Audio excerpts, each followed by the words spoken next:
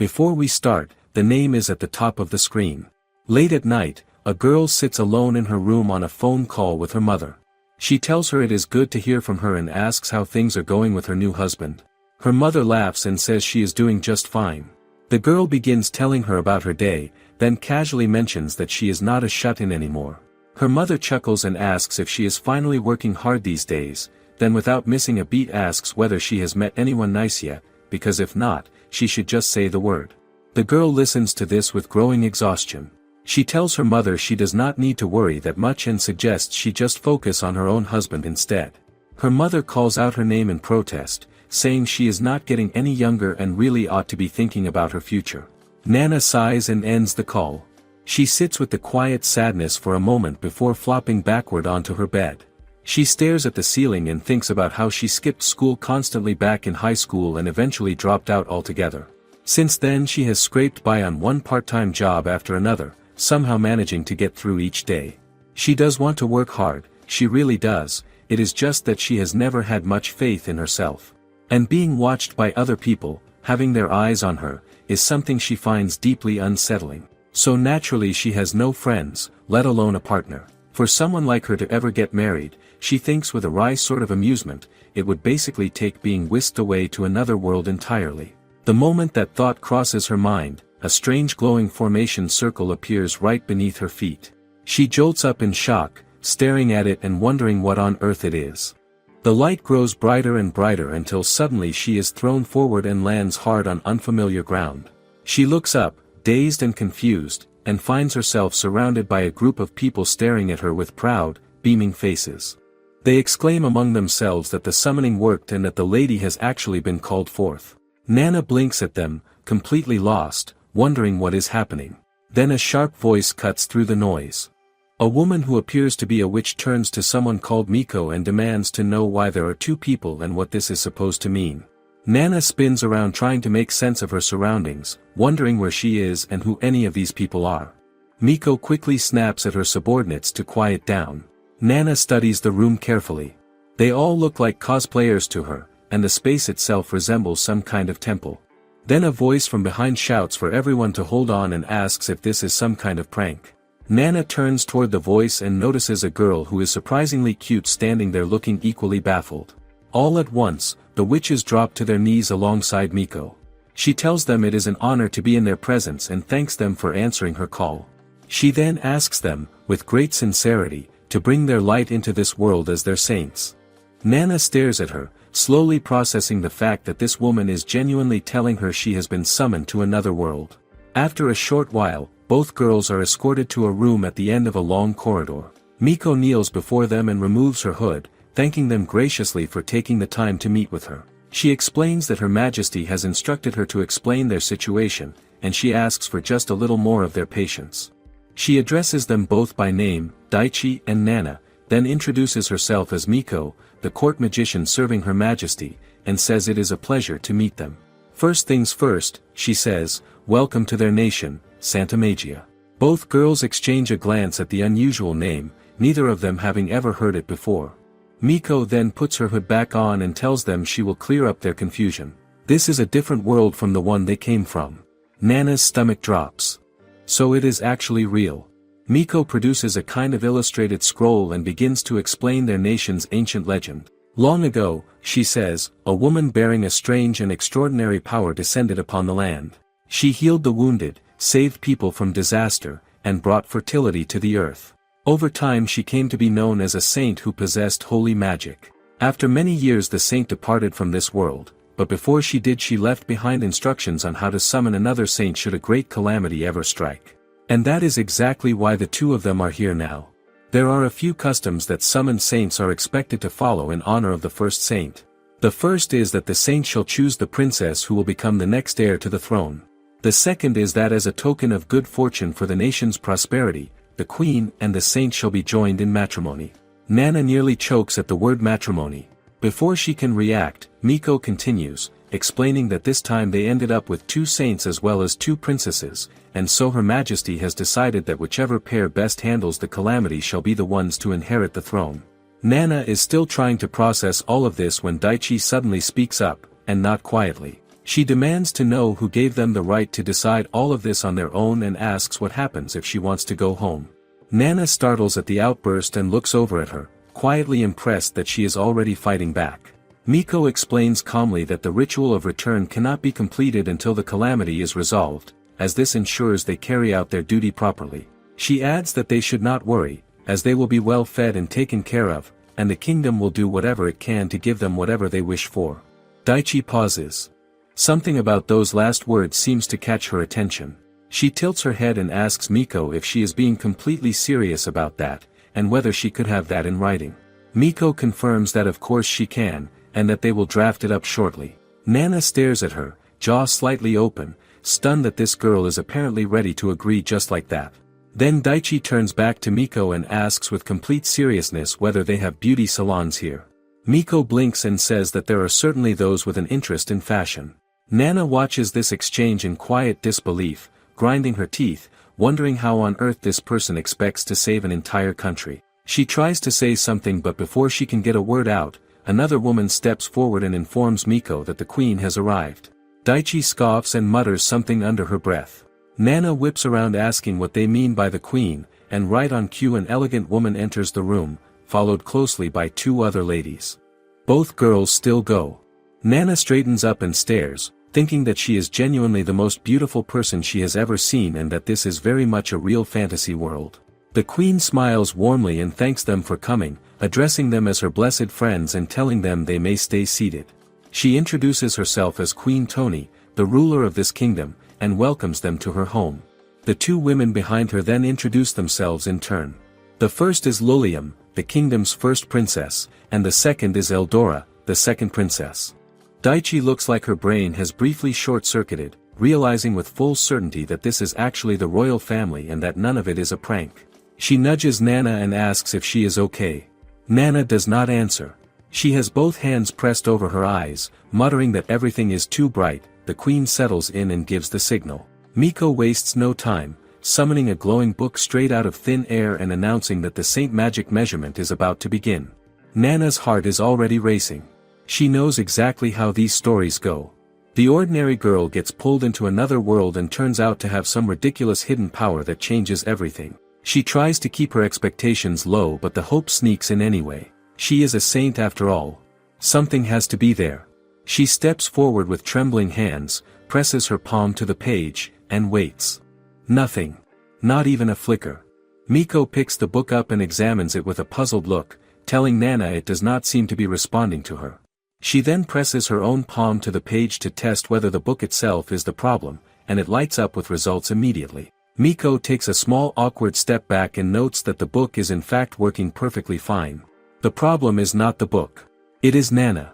Miko faces her again and tells her carefully that her holy magic affinity is, to put it precisely, completely non-existent. Not limited. Not underdeveloped. Simply not there. Nana asks quietly whether she truly means nothing, not just holy magic but nothing at all. Miko gives her a quiet confirmation and suggests they try again another day just to be fully certain. Nana nods and drops her gaze to the floor, wondering what she had been expecting from herself in the first place. A few steps away Lilium watches her in silence. The atmosphere on the other side of the table is a completely different story. Miko turns to Daichi and checks her results. Daichi herself is the first to notice, blurting out that the entire page is glowing white. Nana turns to look. Miko confirms without hesitation that Daichi can use holy magic, and not just a modest amount of it. She carries the full marking of a true saint. Miko steps closer and tells Daichi warmly that she is genuinely glad they were able to meet. Daichi stares back at her, quietly processing the fact that all of this is being directed at her. The moment does not last long. Eldora clears her throat and turns toward Nana with a composed expression, asking plainly whether that makes her some kind of imposter saint. The room goes still. Nana opens her mouth, searching for something to say in her own defense, but Lilium steps forward before a single word leaves her lips. Lilium tells her sister to wait.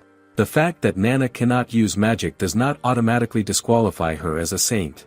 She turns to Miko and asks whether there is any doubt that Nana was summoned from another world. Miko answers without hesitation. There is none. Nana glances at Lilium, caught off guard that someone is standing up for her this firmly. Eldora remains unmoved and asks her sister whether she is seriously suggesting they accept a saint who cannot perform saint magic. Lilium asks whoever established that as a requirement. Eldora states plainly that nothing of the sort has ever appeared in any of their nation's records. It is not a matter worth debating. Lilium holds her ground, insisting that Nana was called to this world as their saint and that a single test is not enough to conclude otherwise. Eldora shifts her approach and lays out her real concern directly. What if they grant Nana the title only to discover later she had been working against them the entire time? The reputation of the royal family would be finished. She asks her sister whether she is prepared to carry that responsibility. Lilium's composure slips for just a moment. Eldora notices, exhales, and asks her to please take the matter seriously. A brief silence falls. Eldora breaks it herself, stepping past her sister and announcing that fine, if Lilium is going to keep insisting, the throne is as good as hers already. She reaches over and takes Daichi firmly by the arm, declaring she is choosing the confirmed saint right here and now. Daichi pulls free immediately and demands to know what Eldora thinks she is doing. Eldora tells her calmly to please do her best to help prove the other one is genuinely a saint and to be a proper sister to Lilium while she is at it. Daichi points out loudly that she is supposed to be the one doing the choosing here. Eldora tells her to stop screeching. The two go back and forth, each exchange sharper than the last, while Lilium stands caught in the middle and Nana has gone completely quiet beside her, eyes on the floor. The queen has heard enough. Her voice fills the room, quiet but final, and everyone stops at once. She looks at Lilium and asks whether she has any objection to having Nana as her partner. Both princesses still go. The silence stretches for just a moment before Lilium looks at Nana, her expression calm and certain, and says no. She would very much like Nana by her side. The queen wraps things up, declares the pairs chosen, and excuses herself for the evening feeling a little tired. Nana watches her leave, completely lost, wondering what just happened. Daichi wastes no time. She jumps up and announces loudly that she would have much rather been paired with the other princess since she seems far nicer. Eldora sighs and tells her that her vulgarity truly knows no bounds and that under any other circumstances she would never have chosen someone like her. She reminds her to be grateful she is at least the one who can use holy magic. Those words settle quietly over Nana. No magic, no power, nothing useful to offer. Daichi and Eldora are the real pair, the ones with everything they need. She is simply the one who showed up by accident. As Lilium heads out shortly after, Nana rushes to catch up with her, slightly out of breath and face a little flushed. She thanks her sincerely for standing up for her back there. Lilium smiles and tells her she is welcome. Nana then voices what has been weighing on her, that she has no power and no real way to fill the role of a saint, and wonders whether any of this is truly alright. Lilium looks at her and tells her she is giving up far too quickly and that there is still a chance, and she will not know until she tries. She tells her to get some rest and that they will speak again tomorrow. Nana is taken to her room and the moment she steps inside she stops. It is a room fit for nobility, warm and beautifully kept. She settles into the bed and pulls the blanket over herself, thinking about how lovely the bath was too. For a moment she simply enjoys it. Then the thoughts creep in. She is powerless. There is no way she can do this. She should refuse. But refusing means losing all of this and having to find work on her own, and in the end her life would end up exactly the same as before. She turns it all over in her head until sleep quietly takes her.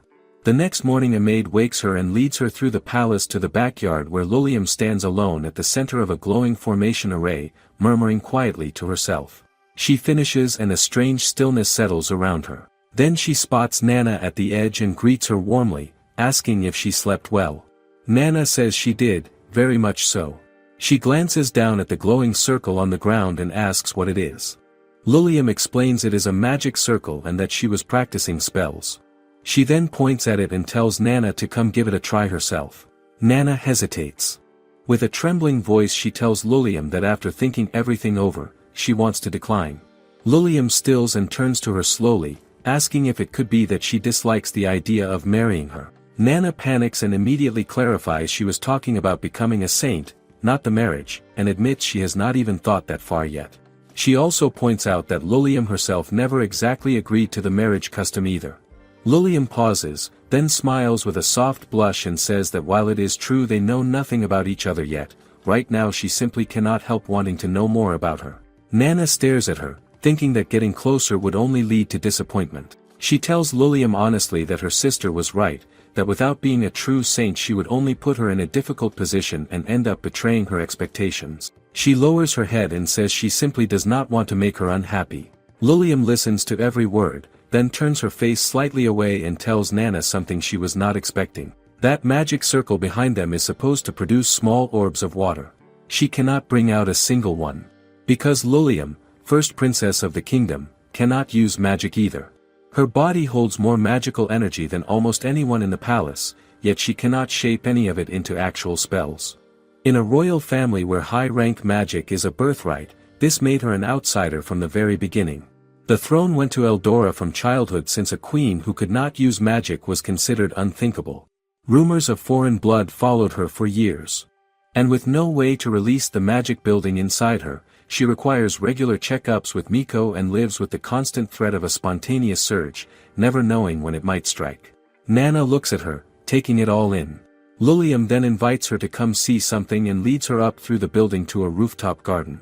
Standing there with the open sky above and carefully tended flowers all around, Lilium tells her that her sister has always had the support of the public and the ministers and was naturally set up to be chosen by the saints for the throne. Everything was already in place for Eldora to succeed. But then Nana arrived, and for the first time it felt like a door had opened. She looks ahead and says that just like Nana, nobody has ever really expected much from her either.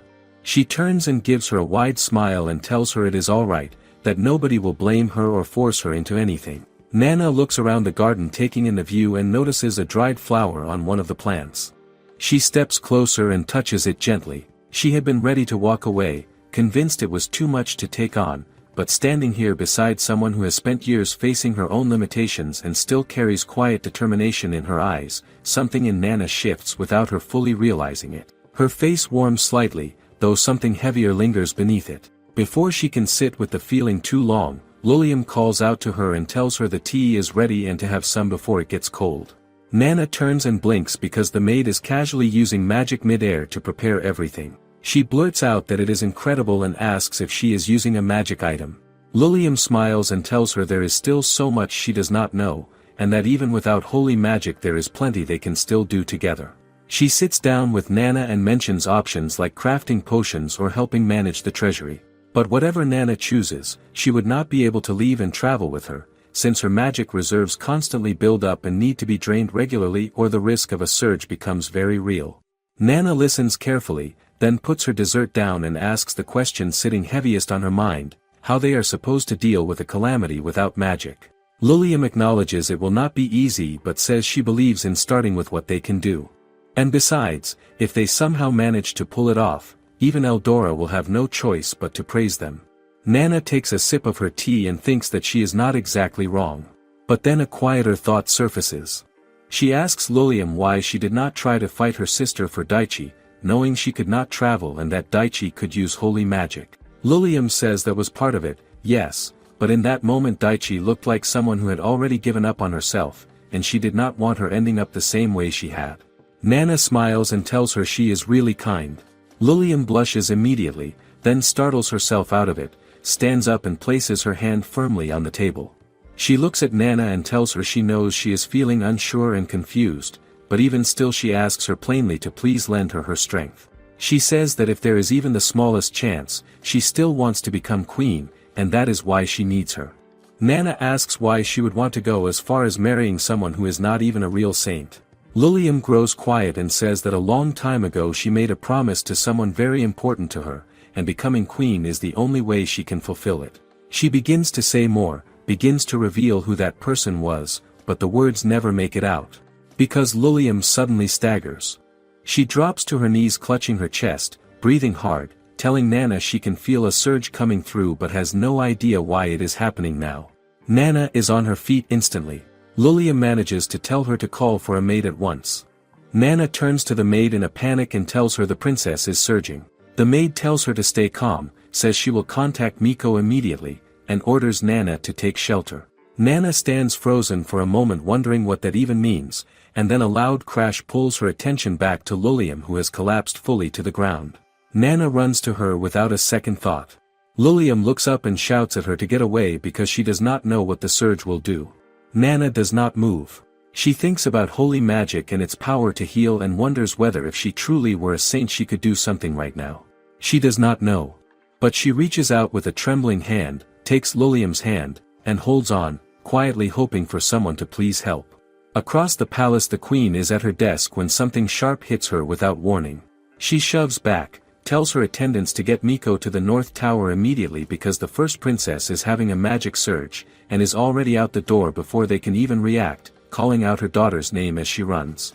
Back in the tower Lilium's eyes suddenly open. She sits up.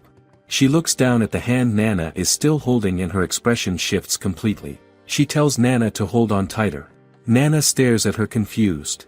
Lilium grabs her and tells her harder, more, now. Before Nana can process what is happening Lilium pulls her in and kisses her, biting at her like she cannot get enough. Out in the hallway Miko rounds the corner at full speed and nearly collides with the queen coming from the other direction. Before either of them can speak something through the window stops them both. A blinding light is blooming from the North Tower, enormous and impossible to look away from. Inside the tower Lilium finally steps back from Nana. Nana stands completely still, expression unreadable, not a single word available to her. Lilium looks down at herself and realizes something extraordinary. The surge is completely gone. Not calmed, not reduced, gone entirely. Her magic feels more stable than it ever has in her entire life. She looks around and then looks at Nana, slowly piecing it together. Nana used holy magic by drawing from Lilium's enormous reserves to fuel it. The reason the test had shown nothing is because Nana had no magic energy of her own to activate it, but given a source she is capable of something truly extraordinary. That means they can help people. That means this actually works. Lilium opens her arms wide and declares Nana her savior. Nana stares at her. Lilium steps closer, eyes bright when suddenly she takes Nana's hand, and asks her properly this time whether she would do her the honor of becoming her wife. Nana stares at Lilium, completely unable to process what just happened. Her vision starts swimming and she hides her face, apologizing and saying she feels dizzy. Lilium worries it might be a reaction to casting magic and tries to help her. Right at that moment the queen walks in, takes one look at the situation, and they get Nana settled onto the bed. The queen surveys the room and asks Miko how she reads the situation. Miko explains carefully that in line with Lilium's own theory, the burst of light and the sudden growth in the garden was without question holy magic, made possible by Lilium transferring her magic directly into Nana. The queen takes that in quietly. In the corner, Eldora shifts uncomfortably. Lilium on the other hand is barely containing herself, practically bouncing as she declares that Nana really is a saint after all, that even without magic of her own she can still cast holy spells. Miko agrees and notes they need to update the measuring system as soon as possible. Eldora is not impressed. She points out that knowing Nana can use holy magic does not erase the fact that she has a serious deficiency. If she runs out of magic at a critical moment, what then? Before anyone can respond, Nana quietly opens her eyes. She has been listening to every word.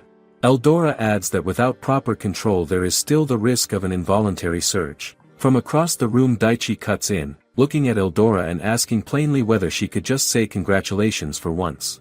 Eldora snaps back telling her to let others finish before speaking. Daichi shrugs and tells Nana directly that she is happy for her. Nana sits up and thanks her. The queen sighs and puts it all together out loud. Lilium cannot cast magic on her own, and Nana has no magic of her own to draw from, yet together they fill each other's gaps perfectly. She tells Miko to follow her and they head out. Before leaving, Miko glances back at Nana with a small smile and tells her she is free to go whenever she feels ready. Walking behind the queen she quietly wonders what the true limit of Nana's potential actually is. Then the queen lets out a laugh that echoes down the corridor and says to no one in particular that things have just gotten very interesting. Nana eventually makes her way outside to the garden and sits on the steps, still feeling a little dazed. She thinks to herself that things somehow turned out alright and that her entire position has flipped completely. Then Lilium appears behind her holding something out. It is chocolate, a popular treat in this country, and she suggests they celebrate with some. Nana looks at it and mentions they have the same kind back in her world. Lilium smiles and says their worlds are strangely similar then. Nana's face warms as she looks at her, her mind drifting back to the kiss. She recalls what Miko had explained, that magic transfers through physical contact but flows far more efficiently through mucous membranes. She glances down at her own hand, wondering whether holding hands would be enough or whether they would always need to kiss. She takes a bite of chocolate and feels a little better, though she is still not sure she could replicate what happened intentionally. It had not been deliberate at all the first time. Lilium notices her drifting and calls her back gently. She tells Nana she firmly believes she can use holy magic but senses that Nana is not yet sure of herself. Then with a sudden burst of energy she grabs Nana by the hands, eyes sparkling, and proposes they try casting holy magic on purpose to see what else they are capable of together. Nana gulps. Lilium takes her somewhere and pulls out her magic wand with barely contained excitement, telling Nana she can use it as a focus and that they should give it everything they have. Nana grips the wand and feels the weight of Lilium's expectations pressing on her. If she cannot deliver, she will look completely worthless. Then Lilium takes her hand and a warmth immediately flows through her. Lilium tells her it is alright, that even if it does not work they will simply keep trying just as she always has. Nana closes her eyes and feels the warmth spreading from where Lilium's hand meets hers. Lilium tells her to try it now, just as she described. Nana recalls that casting magic as a saint requires no incantation, only a clear image in the mind. She takes a breath, pictures it, and shouts with everything she has. Flare. Bubbles begin forming in the air around them. Nana opens her eyes and freezes. They both stare at each other and then erupt, shouting that they actually did it. Lilium grabs her hands and tells her she knew it, that she really can do this because she is a true saint. Nana stands there face flushed, watching Lilium beam at her. Back in her world she could never stop hating herself. Even after arriving here she had written herself off as useless. But right now, in this moment, she did not let her down. She is so overwhelmed she feels like her face might catch fire. Then Lilium, still sparkling, asks if Nana can put the bubbles out now. Nana smirks and admits she has no idea how. Both of them grab hands again and a light explodes outward so intense it sends them both tumbling to the ground. They sit there stunned, asking each other what just happened. Lilium sits up, face completely red, and murmurs that it was incredible. She looks at Nana who has buried her face in her hands. Lilium thinks aloud that with almost no training and no conscious intention, Nana just unleashed that level of power. Her eyes grow glassy as she realizes what that means. Nana is sitting on an unprecedented level of ability. Nana calls out to her with a trembling voice, tears forming at the corners of her eyes. She wipes them quickly and asks Lilium to confirm it plainly, that she can really do it, that she can really use magic. Lilium looks at her and then lets out a full shout of yes. Nana sits there absorbing it. Magic had always lived only in games and manga, something completely out of reach for someone like her. The idea that she could actually possess it feels almost too much to believe. And yet here she is. A maid comes rushing into the garden asking what that light was and whether everyone is alright. Lilium stands and tells her they were just practicing and asks her to bring some mana potions. She then grabs Nana and tells her her talent for magic is completely immeasurable. Nana grins and hides her face. Lilium takes the potions from the maid and hands one to Nana, explaining it replenishes magic power and that she should try drinking it. Nana gulps it down without hesitation, thinking that with this she can refill her magic whenever she needs to.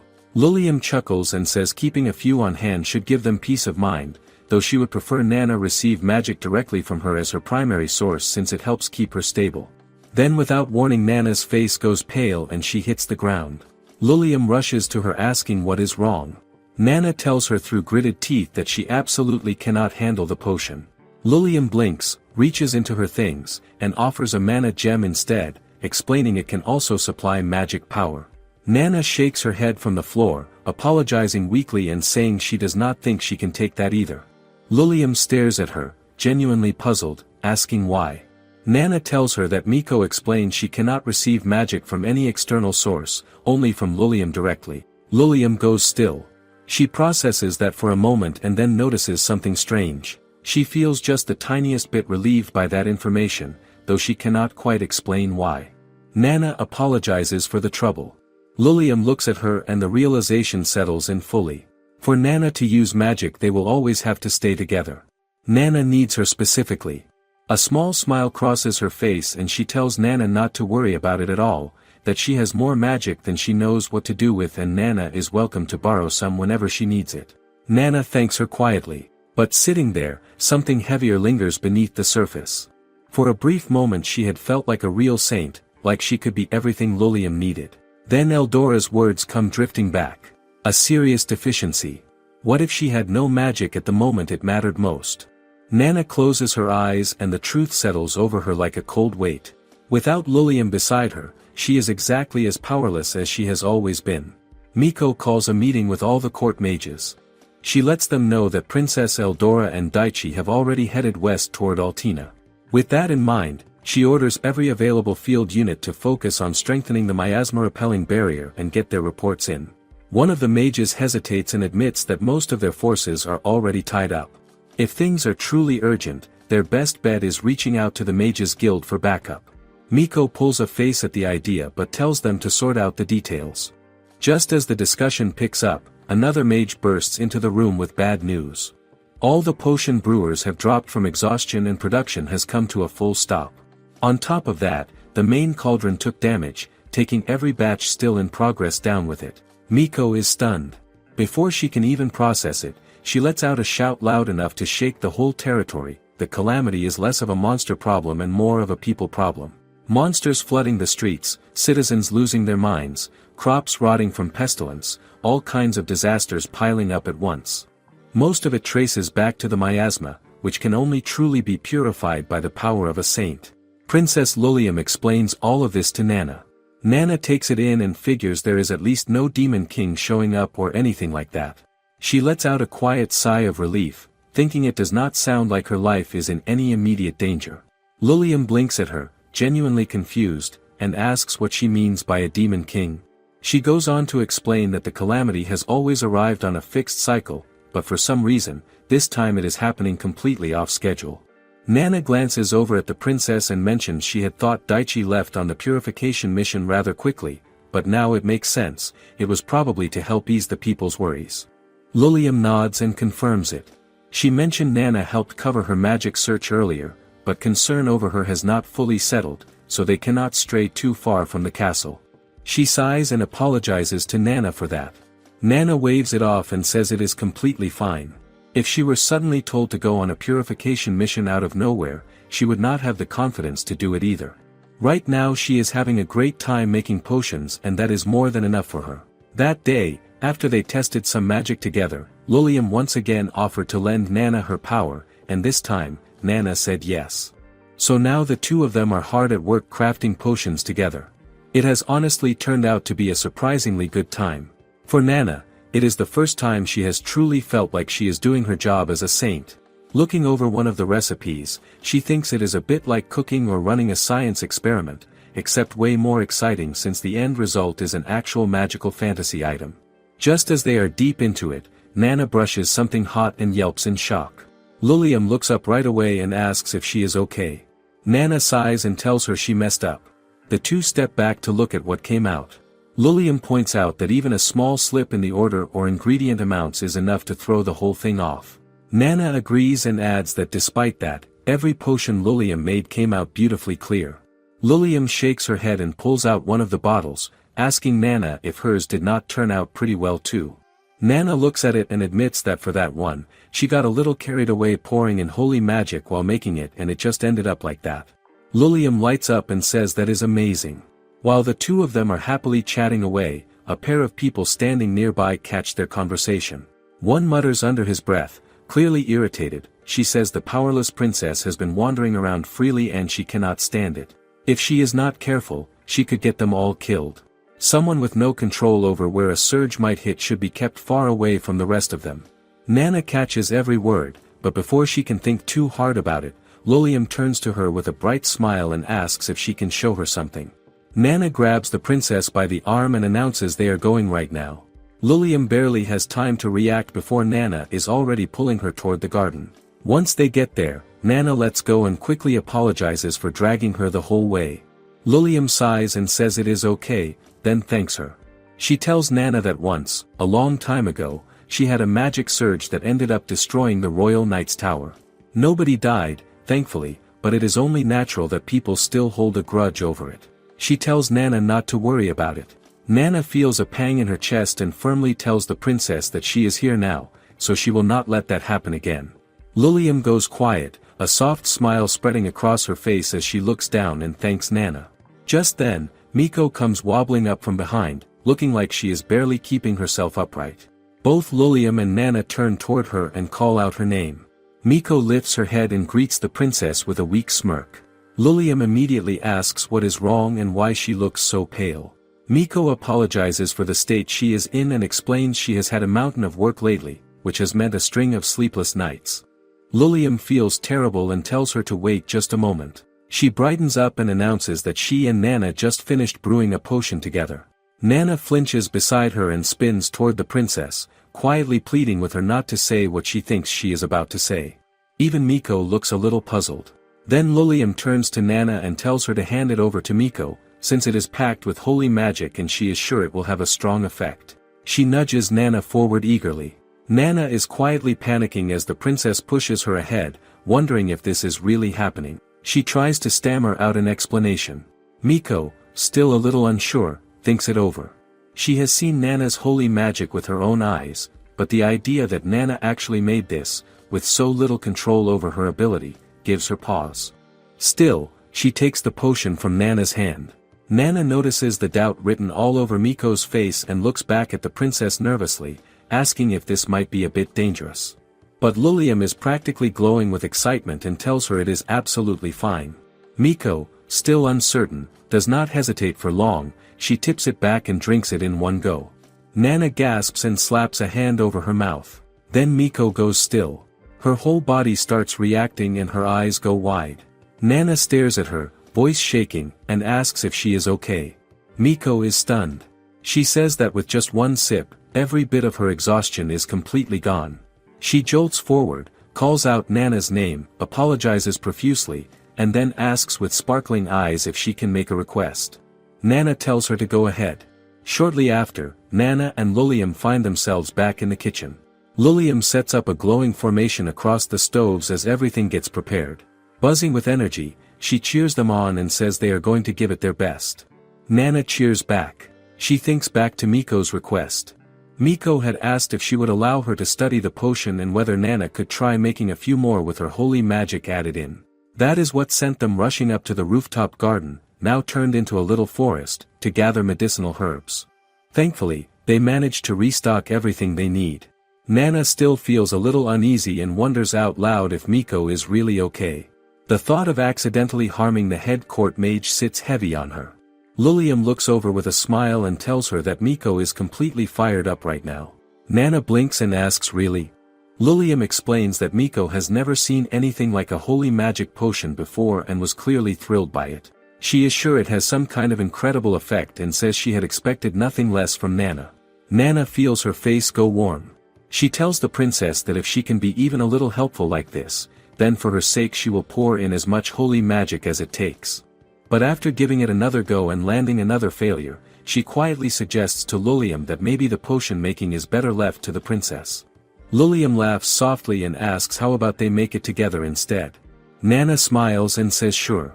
Over at the mage building, things are in full chaos.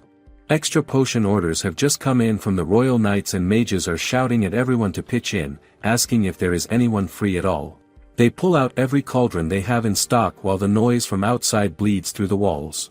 Miko checks in with her subordinate on how things are going. After a short pause, the subordinate pulls out a potion and demands to know where Miko got it. Miko tells her it came from the saint, Nana. The subordinate's eyes go wide. She asks if it is holy magic. Miko confirms it and explains this is no ordinary potion, it is an ultra-concentrated high potion, where a single drop carries the same effect as a dozen regular ones. The subordinate is floored. She flips through her notes with growing excitement, calling it a true miracle of holy magic and saying she needs to study it further. Miko chuckles and asks if it will at least cover their shortage. The subordinate admits that with just this amount there is no way, but a few more of these and they might manage. Just as the two of them are deep in conversation, a completely worn-out maid peeks into the room and informs Miko that Princess Lilium and her saint have arrived. Outside, another maid is already stopping them at the entrance, explaining that beyond this point there are forbidden secrets and rare magical artifacts and asking them not to enter the tower. The atmosphere is heavy.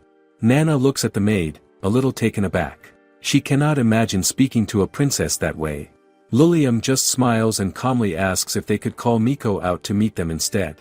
Nana glances at the princess, thinking to herself that they only came to deliver the finished potions, yet they clearly are not welcome here. The mages inside are uneasy about the princess being near.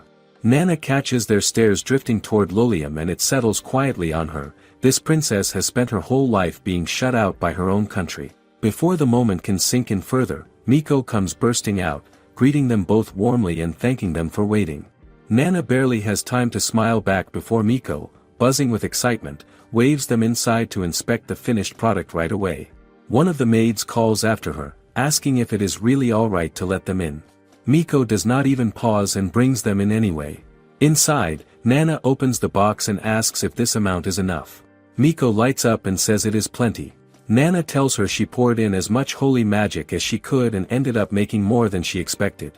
Miko grins and says that with this much, divided up, they can more than cover the shortage. The mages nearby start whispering among themselves. They saw the princess bring the potions over, but they heard she cannot use magic. Could they be dangerous? Just as the murmuring picks up, Miko snatches two of them up by the collar in one swift move. She calls them out for being foolish and tells them that thanks to these two, their biggest crisis, the potion shortage, has been completely sorted. With this supply they can cover the gap and still have some left over. Lilium quietly asks Miko to stop on her behalf. Miko, still glowing, announces that the potions are ultra-concentrated because of the holy magic poured into them. Nana stares, wondering if any of this is real. The mages are stunned for a moment, then all at once they rush toward Miko, voices overlapping, asking if this means they can stand down the emergency crafting team, ignore the overnight demands, and go home for the first time in 2 weeks. Miko says yes, and tells them they owe it all to Nana and the princess, gesturing toward both of them.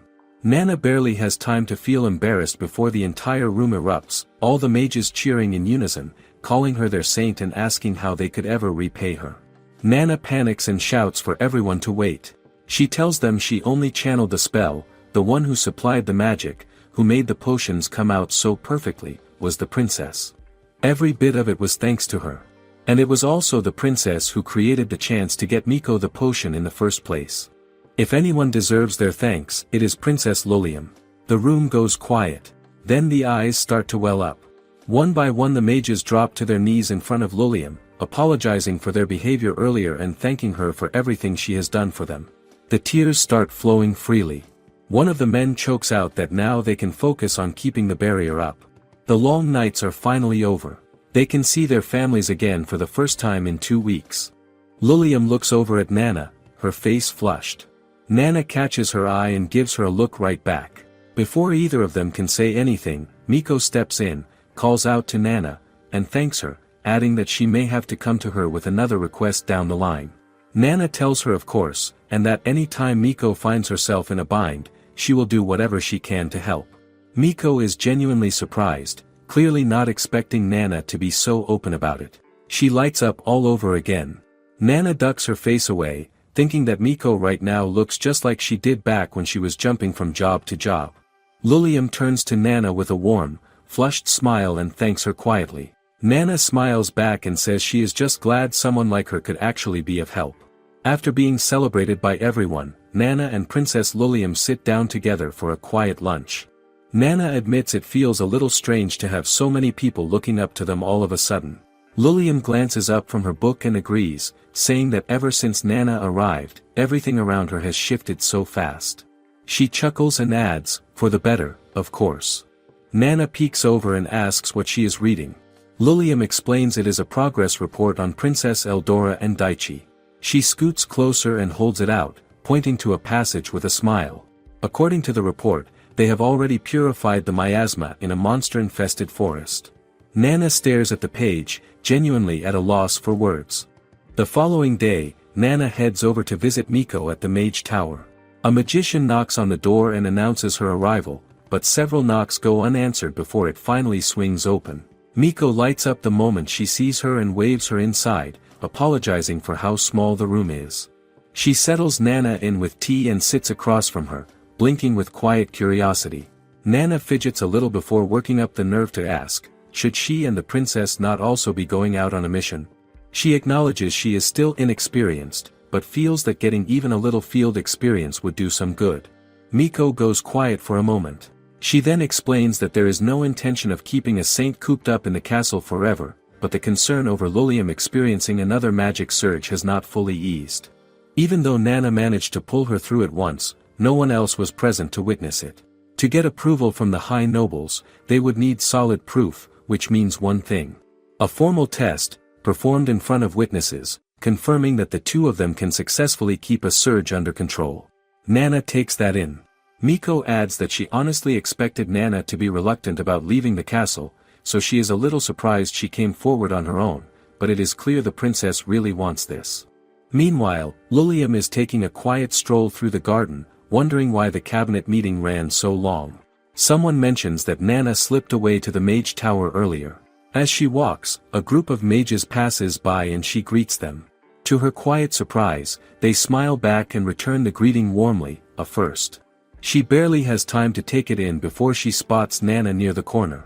As she moves closer though, she notices a maid pressing a letter into Nana's hands, telling her she hopes Nana will accept her feelings. Nana laughs softly, says the letter means a lot to her, and thanks the maid. Lilium freezes. Her eyes go wide and her chest tightens as she watches the exchange. She turns away before she can be seen, but not fast enough. Nana has already spotted her and calls out, asking if she is there. Lilium startles.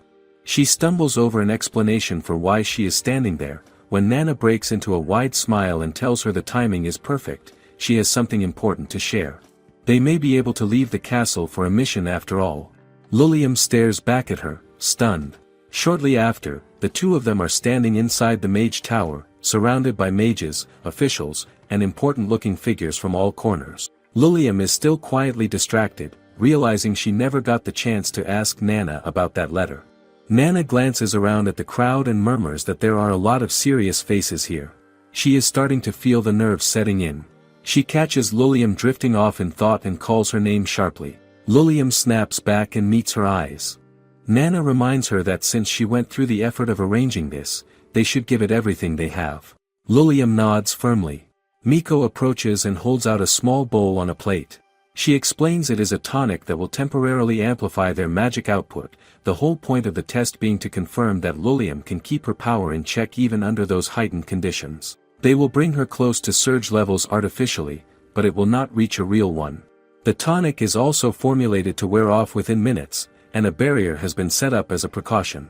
Miko finishes with a bright smile, wishing the princess her best.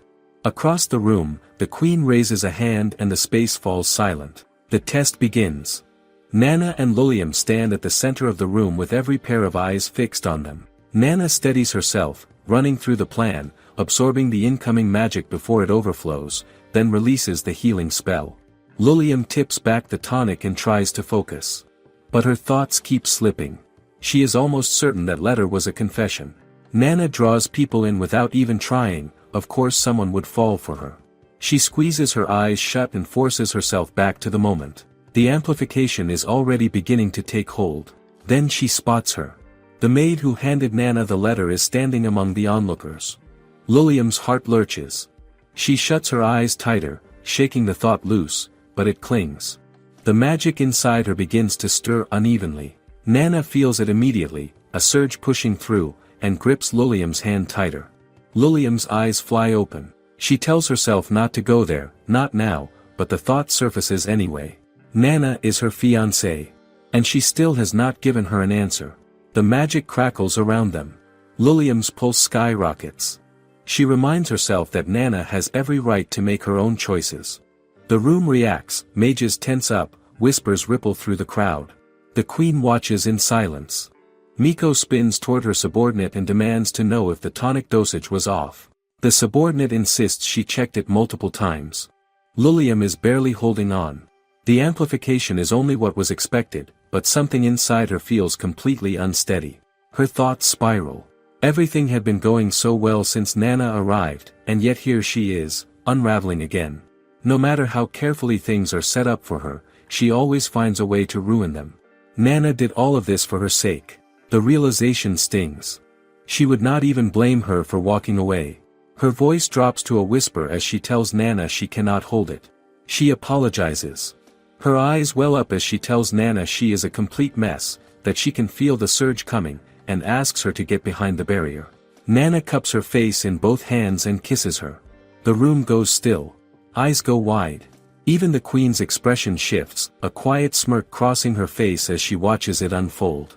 Lilium is completely frozen, unable to process what just happened. Then Nana steps back, releasing her, and turns her face away with burning cheeks. A beat of silence, then Nana raises her voice and addresses the room. She asks if they all saw it with their own eyes. Should a surge break out, it can be brought under control through holy magic. That will not change going forward. She asks them to give their verdict. The queen's smirk deepens. She tells Nana they passed. The room erupts. Lilium is still catching up when the queen stands and asks if anyone present has objections. Silence. She tells them to be grateful for this new thread of hope and leaves the matter in the hands of her head magician and knight commander before exiting. Lilium is still somewhere between stunned and flustered when Nana turns to her, red-faced and voice barely steady, and suggests they head outside. Lilium opens her mouth, and then Nana crumples to the ground. Lilium shouts her name. Nana is carried to a room to rest. When she comes around, she holds out a letter to Lilium. Lilium asks what it is.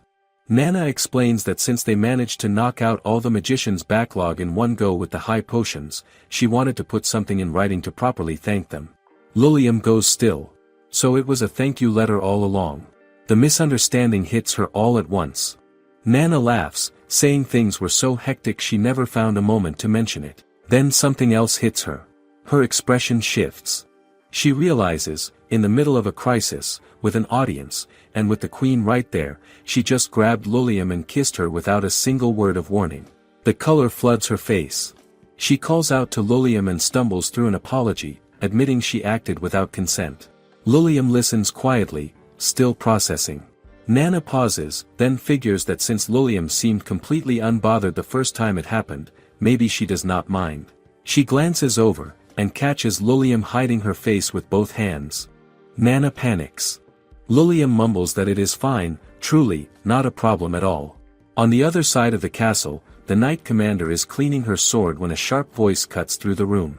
The woman standing there is furious, demanding to know what kind of reckless decision was made letting the first princess loose.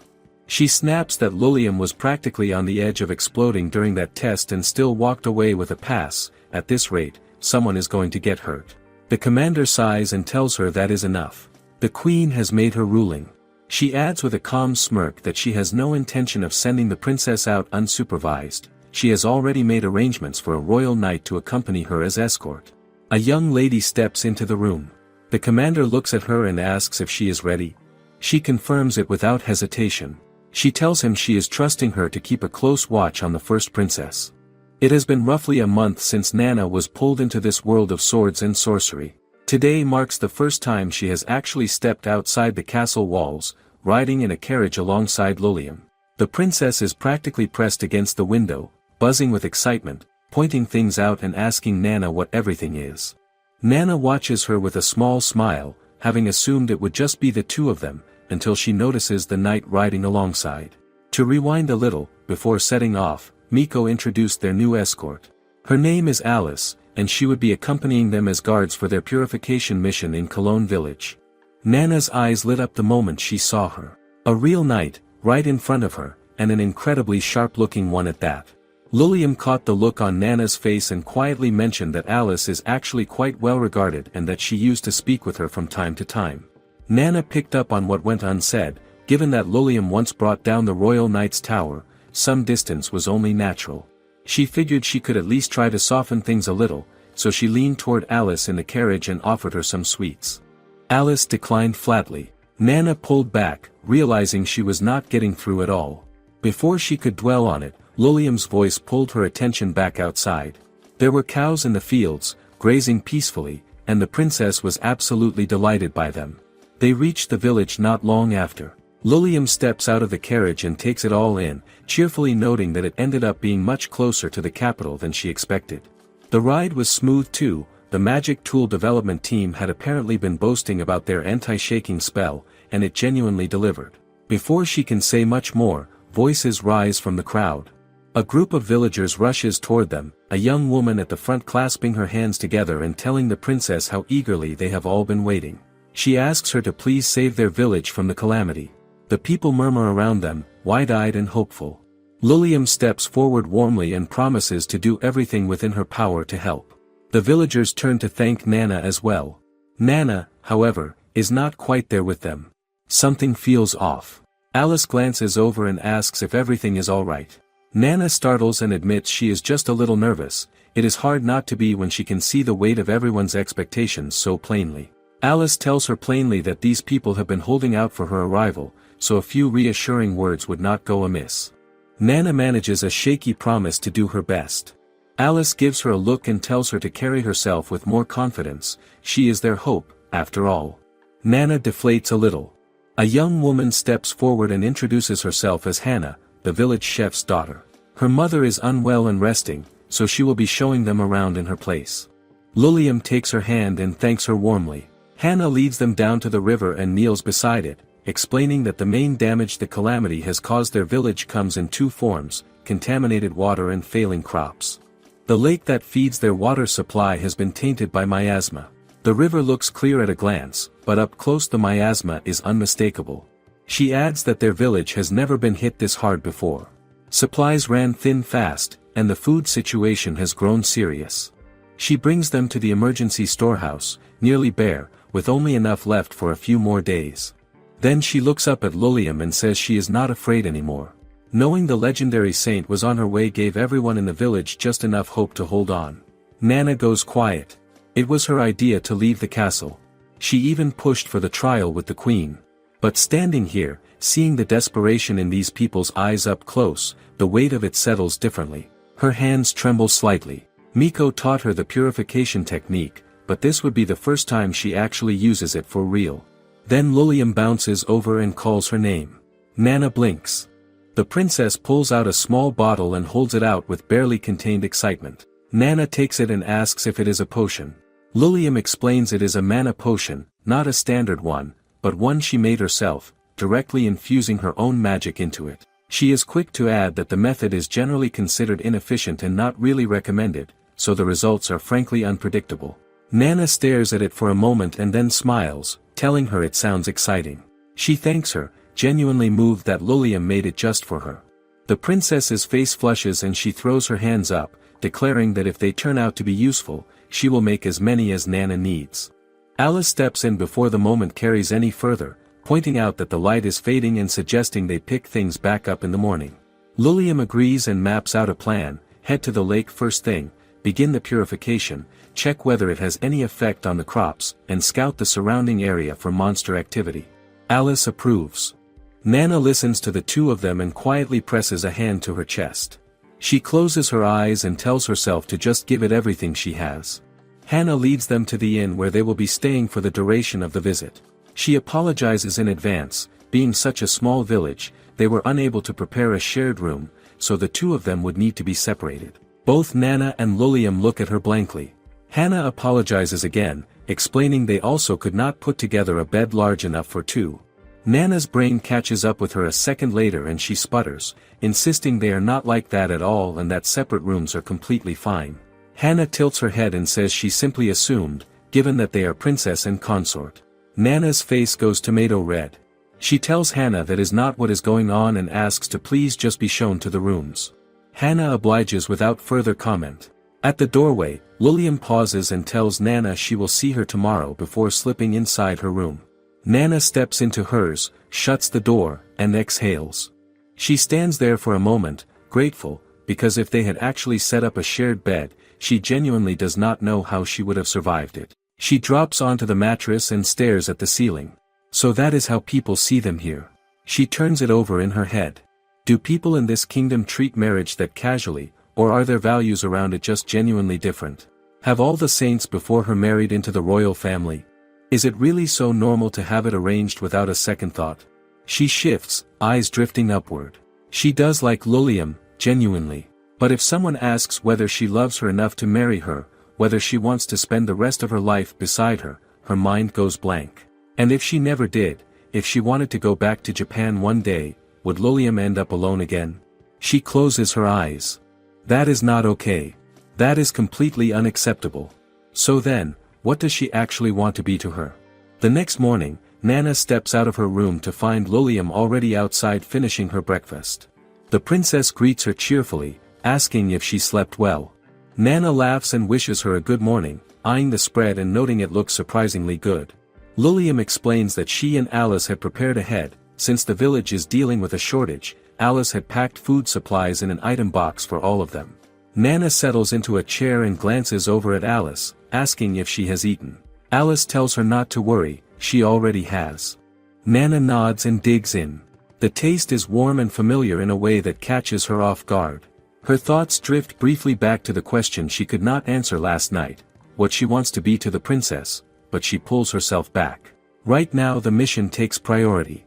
If things go poorly here, Lilium's claim to the throne is at stake. She lets the food pull her the rest of the way back to the present. Once breakfast is done, Hannah greets them outside with a bright good morning, asking how their stay was and telling them she is looking forward to another day with them.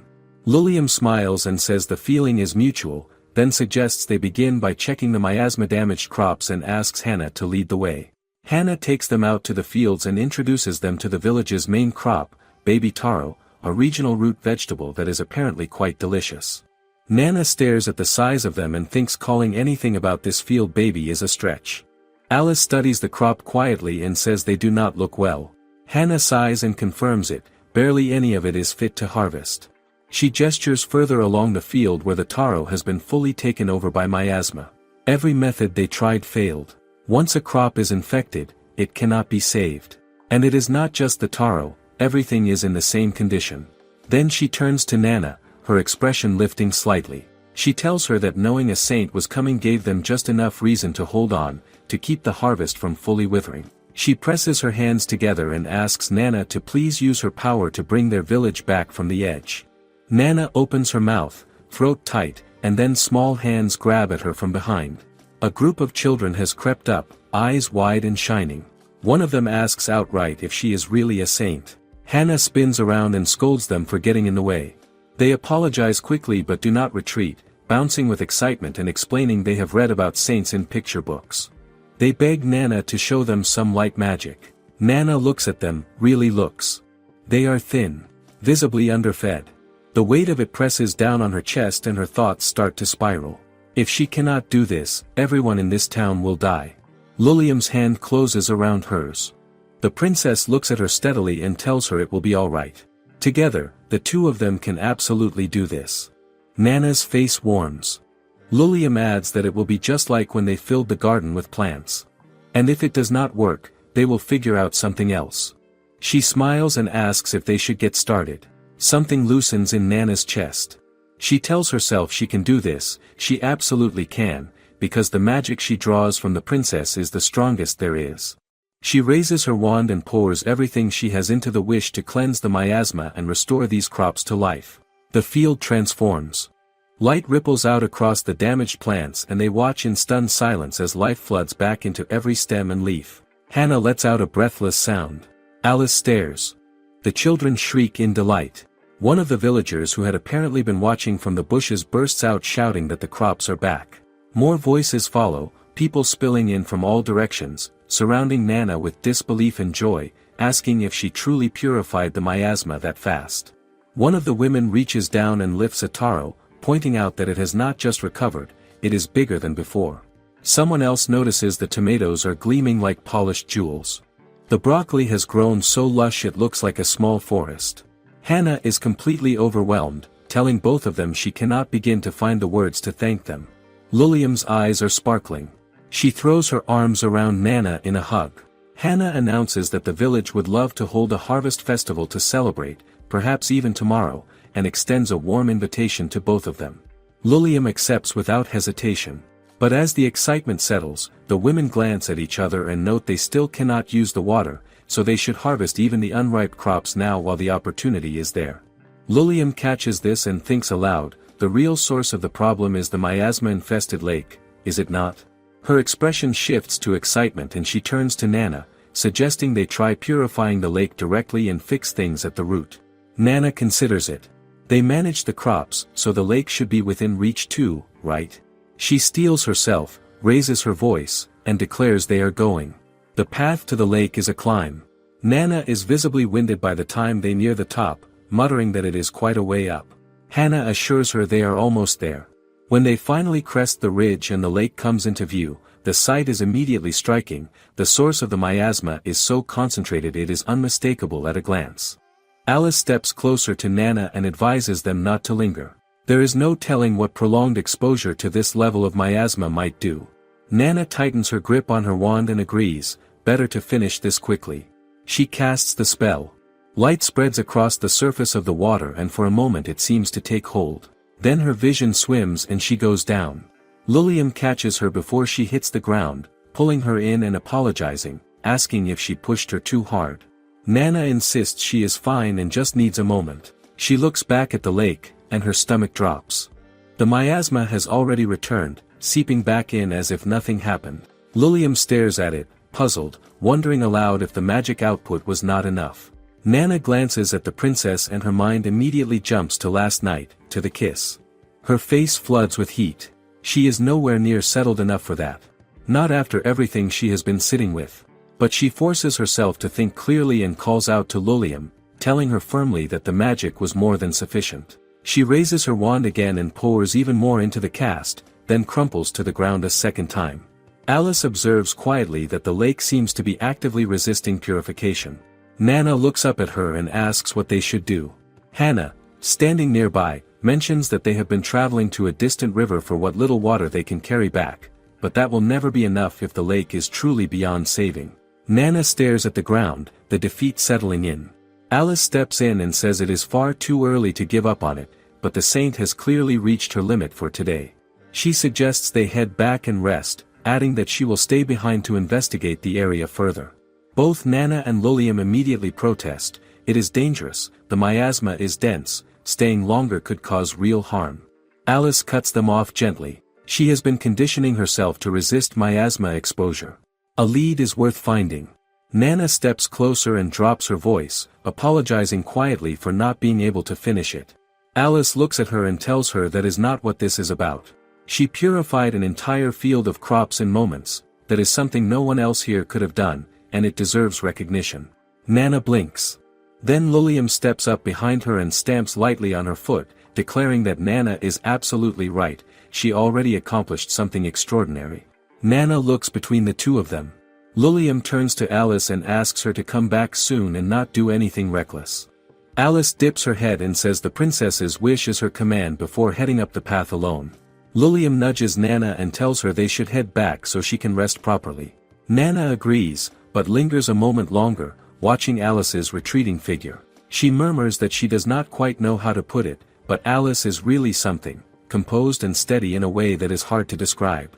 Lilium smiles and says that yes, she is. Gallant, and genuinely kind. Night falls. Nana lies in bed turning the day over in her mind, replaying the debrief Alice gave after returning from the mountain.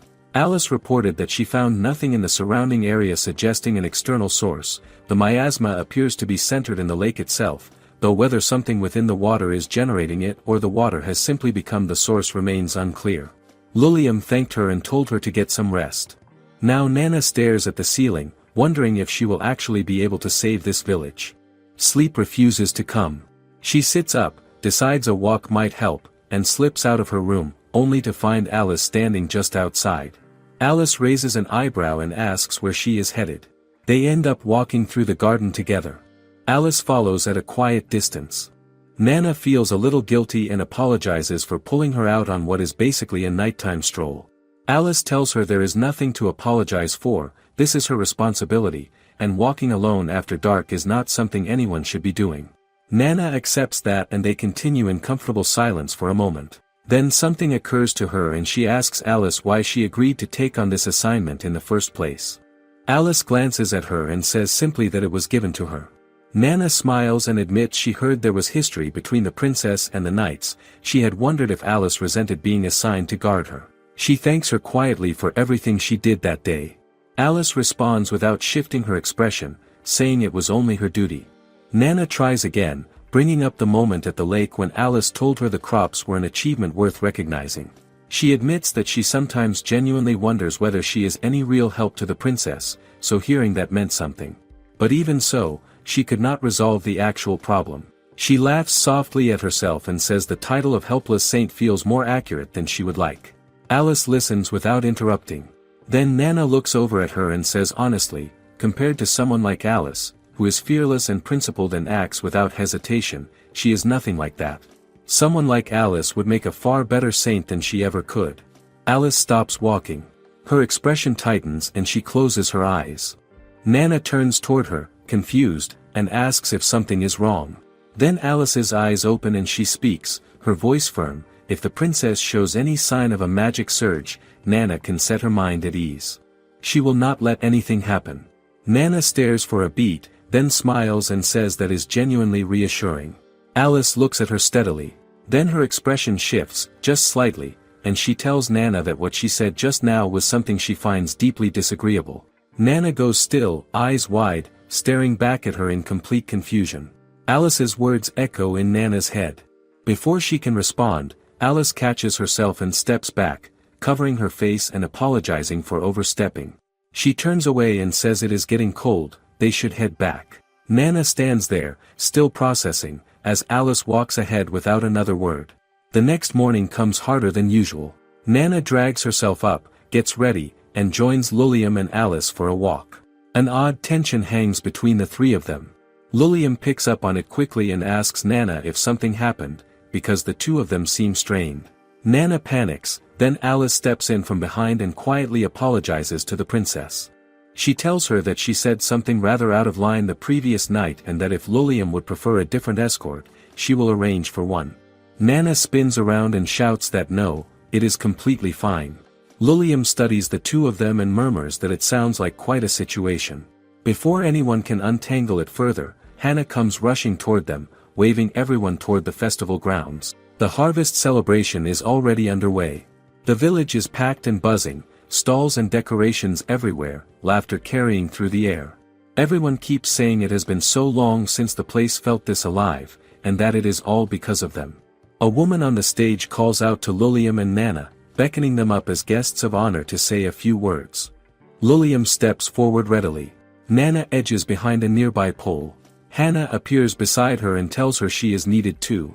Lilium glances back and asks if she is alright. Nana forces herself to nod. On stage, Lilium takes the mic and greets the crowd warmly, thanking them for the invitation. She introduces herself and then describes Nana as her partner, a saint summoned from another world, just like the legends say, who is lending her power to help their kingdom.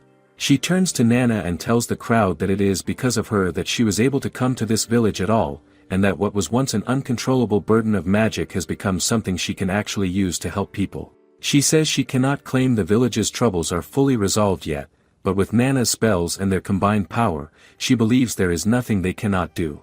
She then calls for a round of applause and nudges the spotlight squarely onto Nana.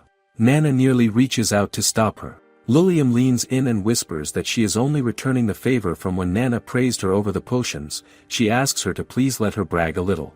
Nana's face burns. The crowd is deeply moved. An elderly woman speaks up through tears, saying that after the saint purified everything, people who had been bedridden and starving are now on their feet again with full bellies. She had been on the verge of giving up on the village entirely. She asks Nana to look at the children, running around and laughing without a care. It brings her to tears. Nana watches them and feels something settle warmly in her chest. After the speeches, the festival carries on in full swing. Nana is working through some dessert when she notices two women nearby whispering to each other, glancing shyly at Alice and debating whether they dare approach her. She shifts her gaze to Alice and finds her completely surrounded by curious villagers. Lilium appears behind Nana a moment later and thanks her quietly for agreeing to keep Alice on. She says she heard roughly what happened from Alice's side and wanted Nana to know she advocated for her to stay, but only if Nana is truly comfortable with it. Nana says of course she is. She reflects privately that Alice's bluntness stung a little, but if anything, idle reassurances mean nothing. The only way to change Alice's opinion is to show her something worth changing it for. Lilium then asks, if she is feeling up to it physically, whether they might try the lake again today. Nana says yes. Without hesitation they make their way back up to the ridge. The lake looks just as murky and heavy as before, yesterday's effort left no visible trace. Lilium studies it and says she does not think simply throwing holy magic at it will be enough. Then something shifts in her expression. She turns to Nana and proposes that today they focus first on channeling as much power as possible before attempting the purification. Nana catches the quiet determination in her eyes and agrees. Lilium takes her hands. Nana's pulse immediately picks up. She thinks kissing outside of an emergency is a whole different thing. She cannot tell if her heart is hammering because she is unused to it or because it is specifically Lilium. Either way, it feels like it might climb out of her chest entirely. She steps closer, pulls the princess in, and kisses her, shielding both of them from view. When she pulls back she is breathing a little unevenly. Hannah stares from a few steps away, completely speechless. Then Nana raises her arm and the entire area floods with light. A surge of energy rolls outward in every direction, reaching across the lake and up into the tree line. The sky above clears. Hannah turns in a slow circle, overwhelmed, whispering that this is the holy magic of legend. Then the darkness creeps back in. The forest dims. Hannah drops to her knees, asking why, what just happened. Nana and Lilium are equally thrown. Alice moves quickly. She fills a bucket with water directly from the lake and brings it to Nana, asking her to try purifying just this. Nana looks at it, raises her wand, and casts the spell. The water clears immediately and stays clear. The princess stares at it. Alice explains that since purification works on the water itself, the source of the contamination must be somewhere else. Something external is continuously feeding the miasma back into the lake. The corruption is returning too fast for it to be coming from the water alone. Nana straightens up and asks where else it could possibly be originating from. Alice says there is not enough to go on yet. They need more information about the lake and the surrounding area. Lilium suggests heading back to the village to find someone who might know. She asks Hannah if there is anyone they could speak to, or even old documents that might help. Hannah smiles and says she knows exactly who to bring them to. As they head down, Nana quietly removes her outer layer and exhales. Her heartbeat is still not quite settled. She glances at Lilium, who looks completely composed, and wonders what is going through her head. She finds herself going in circles. She never once imagined getting close to another woman before any of this. And yet here she is, circling the same thought without landing anywhere. One thing she can say for certain, she does not dislike it. If anything, it felt unexpectedly good. Her face warms and she quickly looks away. Hannah leads them to a small home on a quiet side of the village and knocks on the door, explaining this is Rosa, the village's living encyclopedia, as people tend to call her. A cheerful voice calls back from inside asking who is there, and the door swings open to a delighted elderly woman at the sight of Hannah. She ushers them all inside, marveling that she never imagined a day when the princess and a saint would step through her door. Alice sets about pouring the tea without being asked. Lilium apologizes for the intrusion. Rosa waves her off and calls it an honor. Once everyone is settled, Lilium explains they are trying to learn more about the lake on the far side of the mountain. Rosa sets down her cup and says, "That lake. People used to call it Lake Magma. The mountain it sits on was once a volcano, which made it a rich source of mana stones. A lake sitting atop a fire-breathing, mana-producing mountain, the name made sense." She goes on to explain that the village itself was founded by mana stone collectors who set up camp at the mountain's base.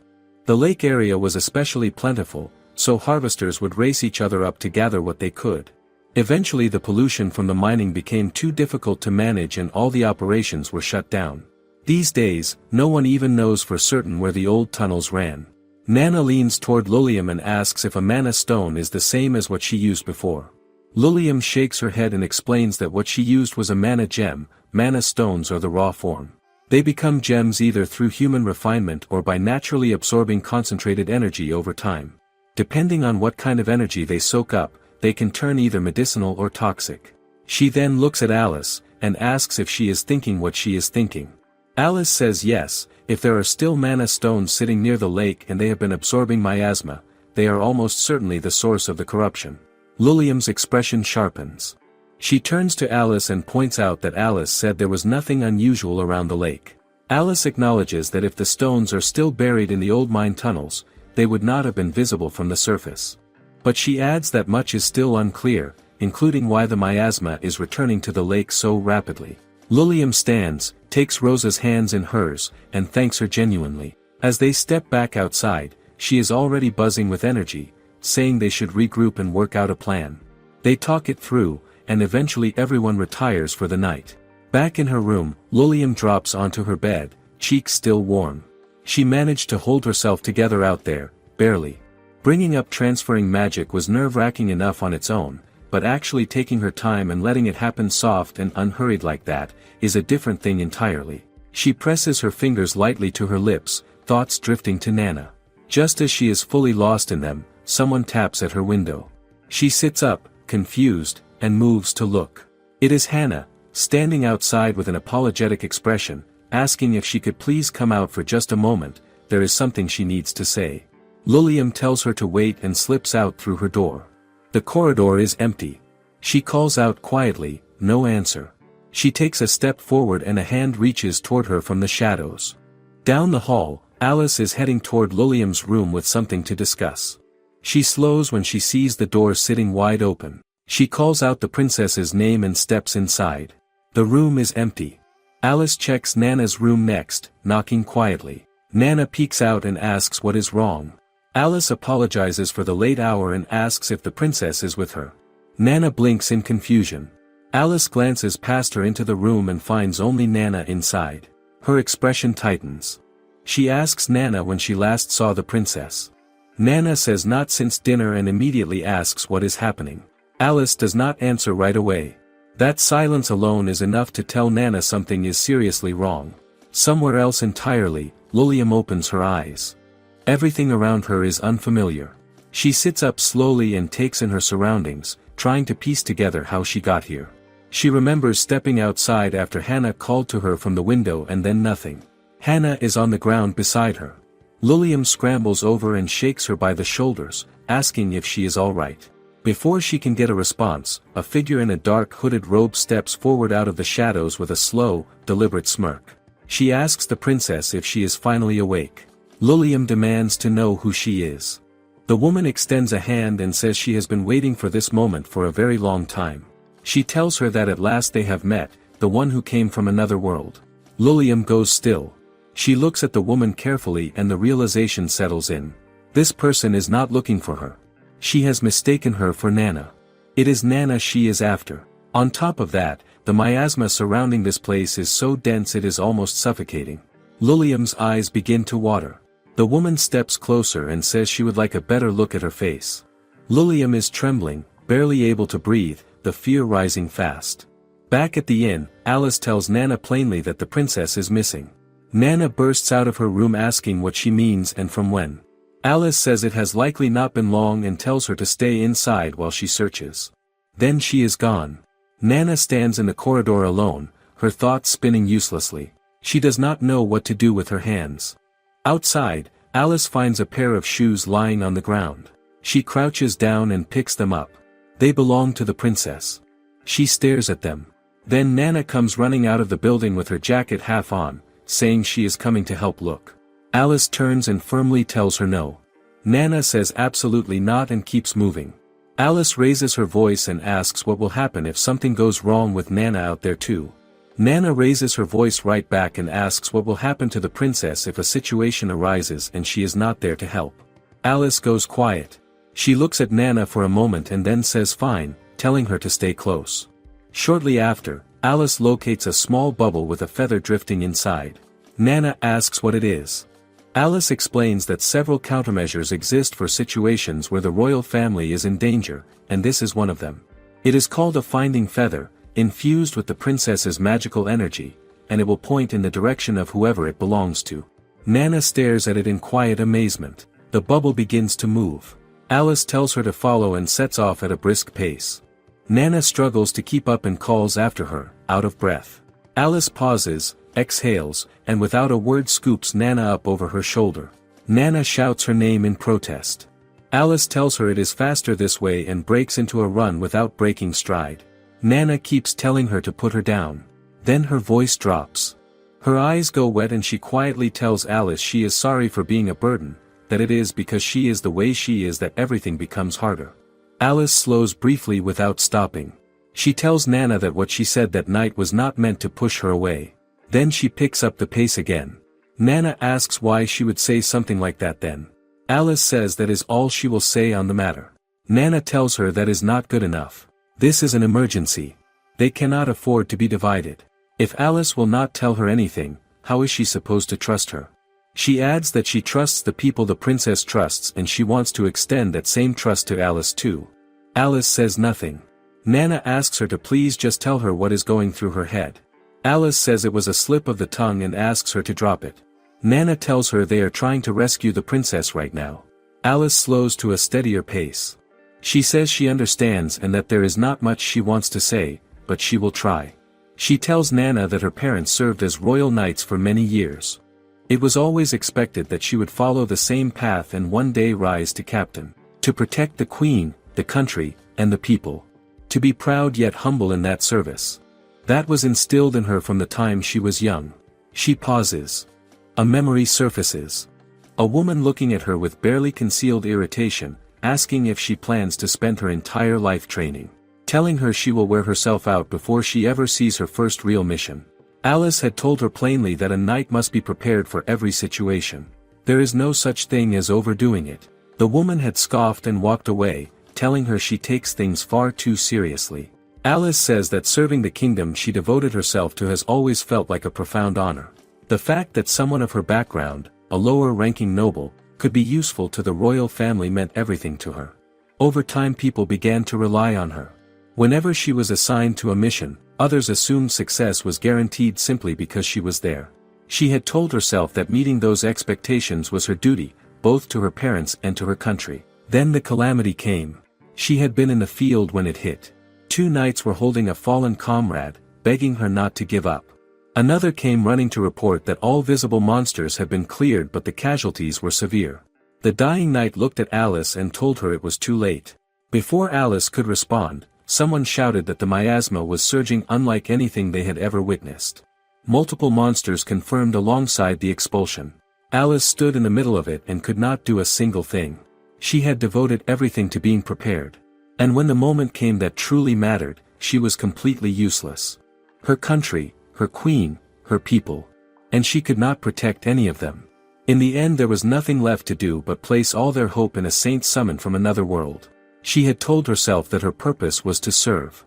And yet here was someone whose homeland this was not, who had no obligation to any of it, wielding her power for this kingdom without hesitation.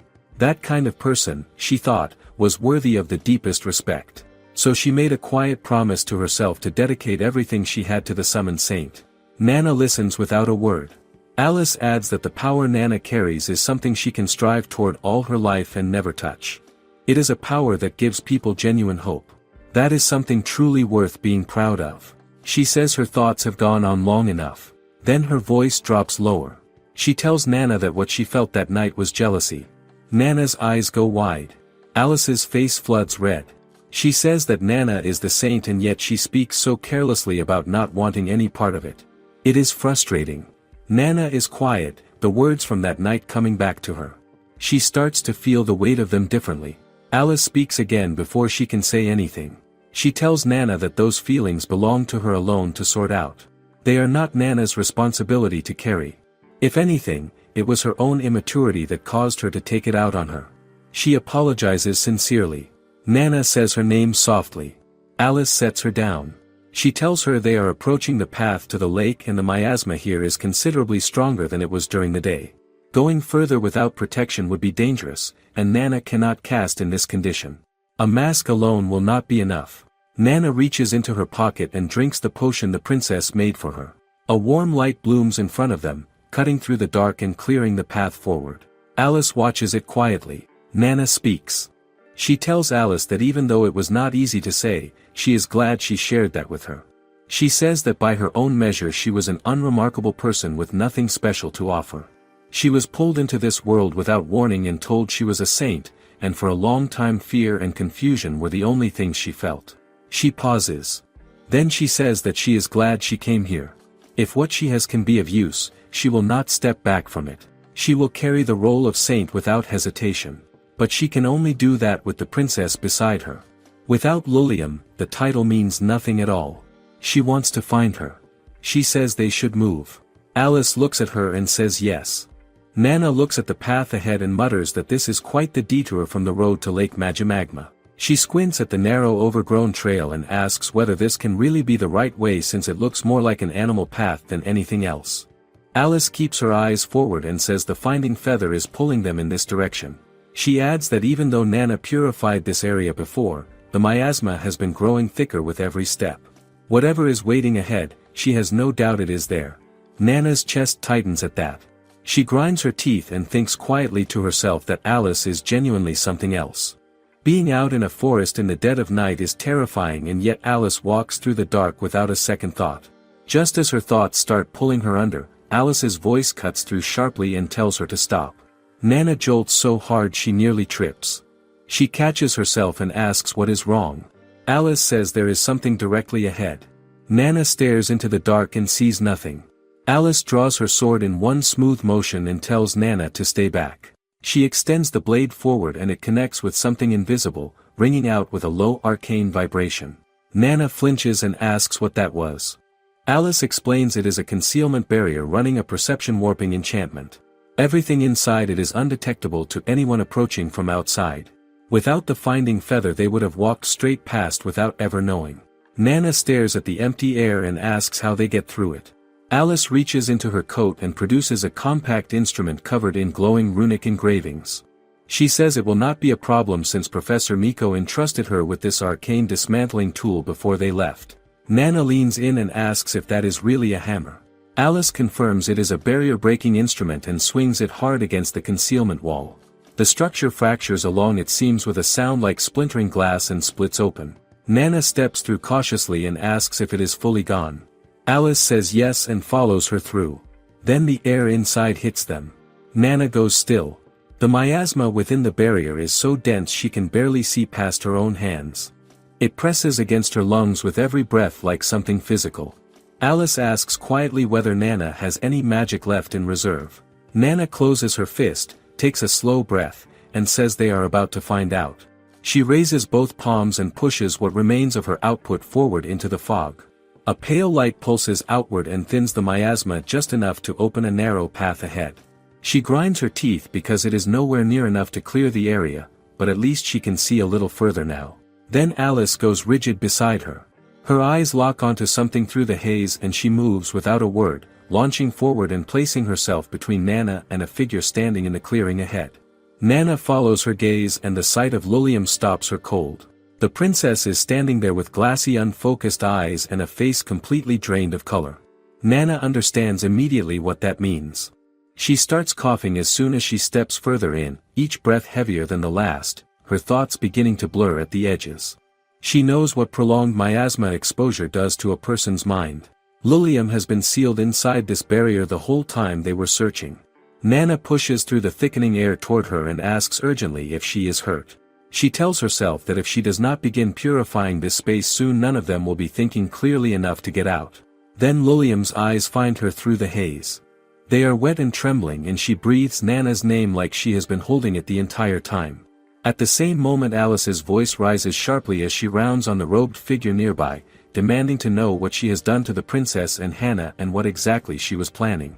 The woman tilts her head and looks almost puzzled, asking why they have arrived already. She says there was no rush. She was simply planning to have a quiet conversation and send them home once it was finished. She adds that she invested considerable effort into that barrier and is surprised it was broken through so quickly. She wants to know how. Alice tells her flatly to answer first because what comes next depends entirely on her response. The woman considers it for a moment. Then she rises slowly into the air and says she thinks she will decline since direct confrontation has never really suited her anyway. Alice launches herself upward without another word and tells the woman she is not going anywhere. The woman twists sideways with unsettling speed and slides cleanly out of reach, remarking it was a close call. Nana watches from below as something long and luminous snaps through the air. Lilium says quietly beside her that it is a magical whip. Alice cracks it forward and catches the woman with it, pulling her in sharply. But before the restraint can hold, the woman dissolves at the point of contact and vanishes. Alice lands hard and calls out that she is gone. Then the woman reappears directly beside Lilium and Nana steps in front of the princess without thinking. The woman smiles at her and asks what she thinks she is doing, saying something so small will hardly amount to anything. She suggests Nana try a little harder. Nana stares back at her completely lost. Then Alice spins around and the woman has already vanished again. A long piercing screech tears through the air from above and everyone looks up. Massive shapes are moving against the night sky. One descends with slow deliberate intent and then another. Alice's breath catches and she says it is a pack of WIRMS and wyverns. Her voice drops and she says they are S-rank creatures. One of them tilts toward them from above and Nana points at it with a shaking hand, asking Lilium whether it just generated the miasma Marai barrier sealing the area. She cannot understand how. Even Alice has no answer. Then the robed woman's voice drifts down from above the noise, telling them all to take Hannah and run. Her tone is almost boring. Lilium spins toward her in disbelief and asks what she is saying. Nana stares at the woman and thinks she is practically announcing her own death flag out loud. Alice turns to them both and says quietly that if anything happens to either of them, everything they have fought for will mean nothing. A direct monster engagement is unavoidable now. As she speaks, one of the creatures lurches closer and she pivots to face it, calling back to Nana that she must pull back and bring reinforcements. The creature roars and she drives her blade against its jaws with both hands. Her voice carries back one last time, telling Nana that above everything else she will not allow the lives she swore to protect to be lost here. Nana stands at the edge of the clearing and watches it all unfold. The creatures are enormous and Alice is holding her ground against them alone without flinching. Her hands are shaking at her sides. Then Lilium takes hold of her hand with firm steady fingers and calls Alice's name across the clearing. She asks whether she can trust the two of them with what needs to happen next. Alice drives her blade into the nearest creature and shouts back yes. Nana is still working out what the princess means when Lilium turns to her with calm focused eyes and tells her to listen carefully. They are going to cast a specific enhancement spell together exactly as she describes. She asks if Nana understands. Lilium steps behind her and wraps her arms around Nana, guiding both her hands into position. She tells her to picture arcane energy building and swirling through every part of Alice's body and then say the words out loud. Physical boost. Nana says to them. Alice goes completely still for one held breath. A warm golden shimmer ignites across her entire body from the ground up. She looks down at herself in quiet disbelief, feeling the warmth flood through every part of her at once. Lilium coughs softly behind them, face flushed from the effort, and explains she memorized this physical enhancement spell from the Holy Magic Grimoire. It multiplies raw output tenfold across strength, speed, and reflex. She says she does not think any of them will need to run anymore. Alice stares at her own hands. Lilium straightens and tells her that this time she will protect them for certain. Alice's expression goes very still and very quiet. Nana turns back toward the nearest creature and admits in a shaking voice that she had no idea monsters were this terrifying up close. She knows she cannot fight, and if she runs now the people of this village will have nothing. She pulls in a breath and shouts that she is starting the purification right now. But before the sentence is finished, one of the creatures rears up directly over her with its jaws stretched wide. Then Alice is already there, driving into it with the full weight of her enhanced output and slamming it into the ground. She straightens and looks at her own hands with something close to wonder. Her arms, her legs, even her vision feel completely different, like every part of her has been refined beyond its usual limit. She thinks to herself that this is what holy magic actually feels like. Behind her, Nana's trembling voice finishes the sentence she started. Purify the land, she says. Please save us all. Alice turns and looks at her. Something in her chest settles. She kneels briefly and lowers her blade to the ground. She speaks without turning back and tells them she will not use this weapon for her own sake. They have given her the means to protect them, and in return she asks them to save this nation. Nana trembles behind her. Alice rises and turns back to the creatures.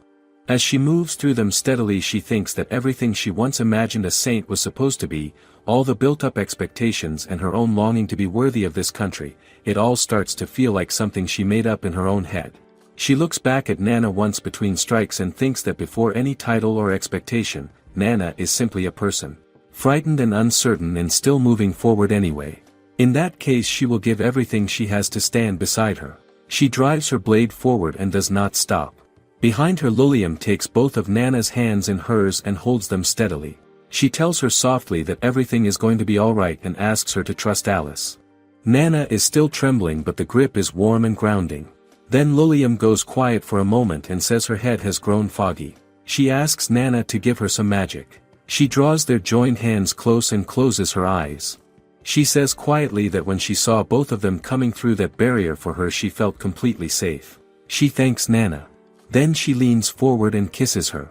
Nana's pulse spikes and a wave of radiant light erupts outward from the two of them, rolling back the darkness in a wide steady ring.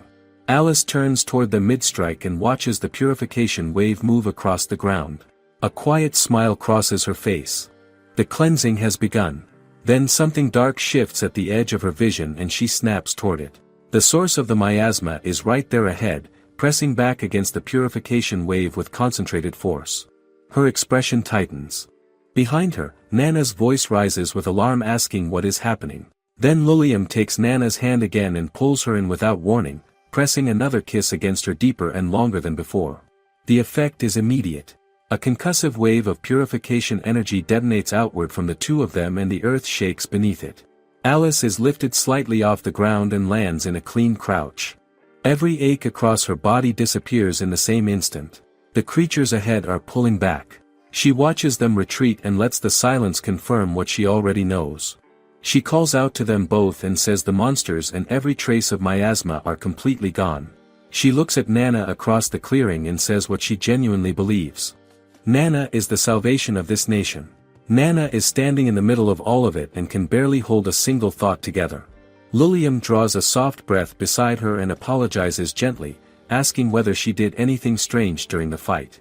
Nana looks at her and asks carefully whether the princess does not remember anything. Lilium says she feels completely back to normal thanks to her and asks whether something happened. Nana says a little too quickly that nothing happened and everything was entirely normal. Lilium blinks and says she understands. A beat of quiet follows and Nana looks straight ahead without adding anything further. Then Hannah stirs from where she has been lying and pushes herself upright with trembling arms. She says it is cold. Lilium is beside her immediately, calling her name and checking her over. Hannah looks around the clearing and asks what happened. She remembers seeing everyone and then everything after that is simply gone. Nana says slowly that it was the same for her too. Lilium says carefully that Hannah was most likely under some form of external control and may not recover those memories. Alice steps toward the group and asks calmly if something is the matter. Nana looks at her and says her name with relief that comes out louder than intended. Lilium smiles and says she knew they could count on her. She says it with quiet pride and adds that this is her night. Alice lets out a measured breath and says it was only possible because the two of them were there. She then says that given how heavily concentrated the miasma was near the abandoned mine entrance and taking Rose's account into consideration, she thinks they should take a brief look inside before leaving. Lilium agrees and they move toward the entrance together. Nana steps into the mine and says it is her first time inside anything like this. The air is cold and the walls press close around them. Lilium takes hold of her hand as they walk and Nana glances at her from the side, quietly turning things over in her mind. The princess said she does not remember anything. The miasma must have been pulling at her thoughts. There is no reason to make more of the moment than that. Her heartbeat disagrees. Then Lilium turns to her and calls her name and Nana startles and says yes at a volume that bounces off every wall. Lilium says thoughtfully that the robed woman seemed to be targeting her rather than Nana and tells her to stay alert. Nana looks at the princess and thinks she is almost certainly right. There is something around Lilium that draws a particular kind of attention, something that reads as sacred even from this close. Alice calls out from further ahead and tells them to come look. She is standing in front of a wide formation in the rock face and staring at it with an expression caught between awe and calculation. She says she would not have believed a mana stone this large could be buried this deep. She turns to Hannah and asks whether a waterfall from the lake above could realistically reach this depth. Hannah thinks it through and says that since the lake sits directly above on the cliff, if the mine tunnels run beneath it the water could absolutely filter down this far. Alice turns to Lilium and says that all of them are beginning to piece together. This mana stone is the true source of the miasma. Lilium nods. Alice continues and explains that the corrupted arcane energy has been flowing upward through the waterfall into the lake from this point underground all along. No attempt to purify the lake directly was ever going to work because the real source was too far below for any spell to reach from above. Nana tilts her head and says the mana stone does not look corrupted at all. It is actually quite beautiful. Lilium's eyes light up and she tells Nana that is because the purification spell she cast earlier already cleansed it. The output was so powerful it reached all the way down here. Nana stares at her and asks slowly whether that means the lake, the river, the whole village. Lilium smiles and tells her there is no longer anything to fear from the miasma. It is completely gone. Alice looks at Nana and says that given she no longer senses any miasma presence in the area, that conclusion is very likely accurate. Then she smiles. It is small and genuine. Nana stares at it with her mouth slightly open and sputters, asking why Alice is looking at her like that and what has gotten into everyone. She says loudly they should still check the lake and river to be absolutely certain. Then the edges of her vision begin to blur. Her head fills with a heavy sensation and the weight of it tips her forward. She hears everyone shout her name from what feels like a great distance. Then the ground comes up to meet her and everything goes quiet. She opens her eyes to sunlight falling warm across her face. She is in her bed and Lilium is leaning over her with worried eyes calling her name. Nana blinks up at the princess slowly. Lilium explains gently that she lost consciousness from pushing her magical reserves far past their limit. Nana apologizes for the trouble. Lilium shakes her head and says anyone would have reached their breaking point after sustaining that level of spell work for so long. She asks how Nana is feeling. Nana sits up and says she is alright. Then almost immediately she says they need to go check the lake right now. Lilium places a gentle firm hand on her shoulder and tells her to breathe. Alice and the others already went at first light. The lake is clear and the corruption is completely gone. Nana sinks back slightly and says she is glad, letting the relief settle through her properly for the first time. The door flies open and two children come tumbling in side by side, announcing they are coming in. They push a jar of water into Nana's hands and one of them says urgently to look at it. She says it used to be completely black but now it is clear all the way through. They can play in the river again. She asks Nana to come play with them too. Nana looks down at the jar of clean bright water in her palms and feels something warm settle in her chest. She thinks quietly to herself that she might actually be getting a little better at this whole saint thing. The thought surprises her more than she expected. Far out at the edge of the lake the robed woman stands alone at the water's surface. The early morning light catches the lake and makes it shimmer in long quiet ripples. She watches it for a moment and then smiles to herself. She says well done quietly. To produce that level of purification output under those conditions takes something genuinely rare. She feels a flutter of real excitement that she has not felt in quite some time. She scoffs softly and adds with quiet certainty that she will make sure Lilium becomes the true salvation of this country. After recovering, Nana heads to the lake with the princess. She looks out at the water sparkling brilliant blue in the light and tells Lilium it is quite beautiful. Lilium agrees. Then she lights up and points out that there are even fish swimming in it. Lilium gives her a soft reply and they make their way down together. Lilium seems a little out of her usual composure as they walk. Then Nana spots something large and strange set up ahead and stops. Lilium says what a huge milestone it is and notes that everyone in the village has gathered around it. Nana smiles and says it looks like Alice brought the mana stone out. She turns to the princess and suggests they go take a look. Lilium agrees and they head over. Hannah waves them over from the crowd. Nana spots her standing beside Rosa and asks if both of them came out to see it as well. Hannah explains it is not just the two of them. The entire village turned out. She says she could hardly believe her eyes when Alice pulled the mana stone out of thin air. She adds that item boxes are truly incredible to be able to hold something that massive. Nana laughs and says their capacity depends on the barrier strength. Rosa studies the stone beside them with wide eyes and says a stone this large is almost frightening. She has never seen anything like it in all her years. She sighs and says she cannot believe something of this scale was sitting in that abandoned mine the whole time. Then Alice turns toward them and Nana catches her eye and tells her she did a good job. Alice looks at Nana and a wide smile spreads across her face as she calls out her name. Nana blinks in surprise. Lilium adds that Alice really did remarkable work out there and that moving something that size alone must not have been easy. Alice says it was no trouble at all. Nana notices Alice is sweating and reaches into her pocket for a handkerchief. She holds it out and tells Alice she can use it. She nearly pulls it back a second later, thinking Alice would never accept anything from her. But before she can, Alice reaches out and takes it from her hand. She thanks her and says it is an honor to accept it. Nana tells her it is nothing special. Alice turns away and slips it quietly into her pocket. Lilium turns to Nana and offers her congratulations. Nana lights up and says yeah. She looks out at the crowd of villagers gathered around the stone and thinks that things between them seem to have genuinely warmed up. She is fairly sure no one here will say they despise her anymore. Then a woman Nana does not recognize approaches alongside Hannah. She introduces herself as Emma, the village chef and Hannah's mother. She says she understands her daughter caused them both a great deal of trouble and that despite being the village leader she was unable to step in during their time of greatest need. She kneels and bows her head in apology. Nana stares at her, taken aback. Lilium steps forward gently and tells her there is no need for that. Their time in this village has been deeply rewarding and that is all thanks to her daughter. Emma smiles and thanks the princess warmly. Then she asks whether they would do her the favor of visiting her home. They follow her back and she serves them tea and cake, telling them how grateful she is for everything they did. She says a saint's great deeds are the stuff of legend and she never imagined she would witness one with her own eyes. She then explains that her body has been frail since birth, so while she inherited the position of village chief from her mother it has been in name only. On her worst days she cannot even rise from bed. But after eating crops purified by the saint she has been spending more and more time on her feet. She says without any doubt the two of them are the true saviors of this village and of every person in it. Nana's face flushes and she glances at the princess. Emma then tells them that as a token of their heartfelt gratitude the village would be honored if they would accept the mana stone from the mine. Nana stares at her and asks if she means that enormous mana stone. Emma confirms it and explains that according to the rules established during the mining era any extracted ore is considered communal village property.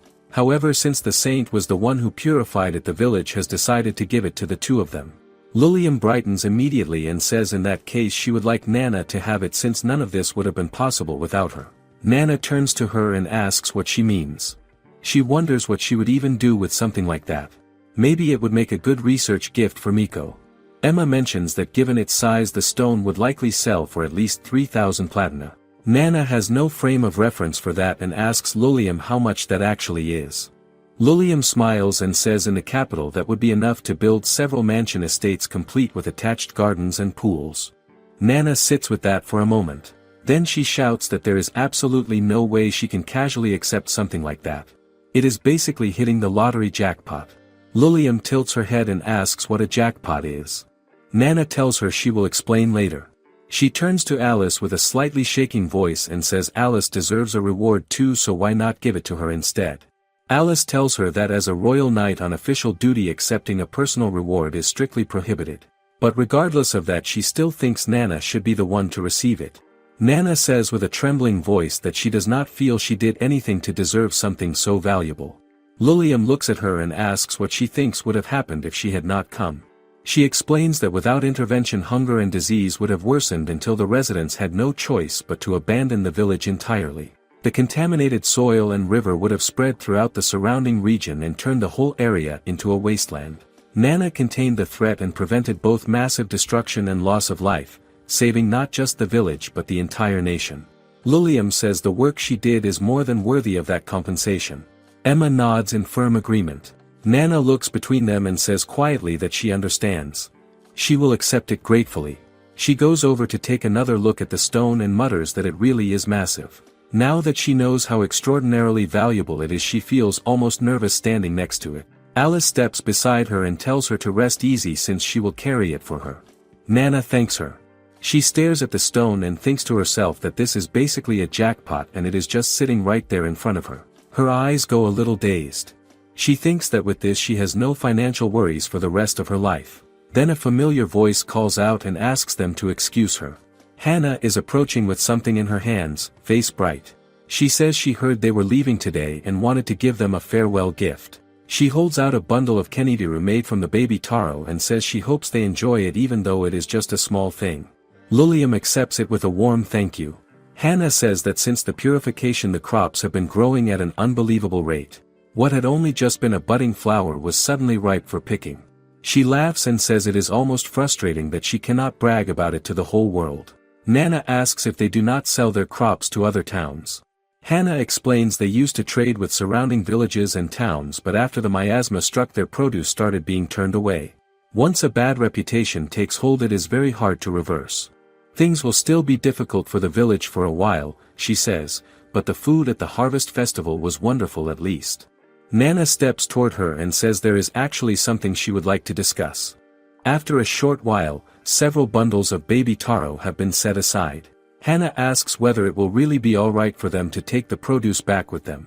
Alice says yes and mentions she has stored what is needed in her item box. Beyond that, it is up to personal preference. She then tells the princess she has already contacted the capital through the magic mirror, so they are free to leave whenever they are ready. Lilium thanks her. Nana apologizes from behind for pulling everyone into her idea. Lilium turns to her with a puzzled look and says she thinks it is a wonderful idea. Just as Nana is free to do as she likes, others are free to respond in turn. Alice agrees and says quite right. Then Alice kneels down and takes Nana's hand gently. She says she knows she has been discourteous toward her on more than one occasion, but that from the bottom of her heart she is glad Nana is their saint. She starts to say saint and then corrects herself and calls her by name instead. She says that whatever Nana decides to do, she will follow her without hesitation. Nana's eyes go wide and she jolts in surprise. Hannah speaks up from behind and says that even though it was only a short while, the way the saint kept the village in her thoughts all the way to the very end was what truly saved them. No one has the right to hold back intentions that are pure. Lilium nods and tells Nana that is right. They all believe in her. Nana lowers her head. Her face is flushed and she thanks everyone quietly. After that, the whole village gathers to see them off. The children ask urgently whether they will come back since they want to play more. The other villagers say their great deeds will become part of the village's history and that they will be welcomed back any time. Hannah says they fully support Princess Lilium for the throne and are truly grateful for everything.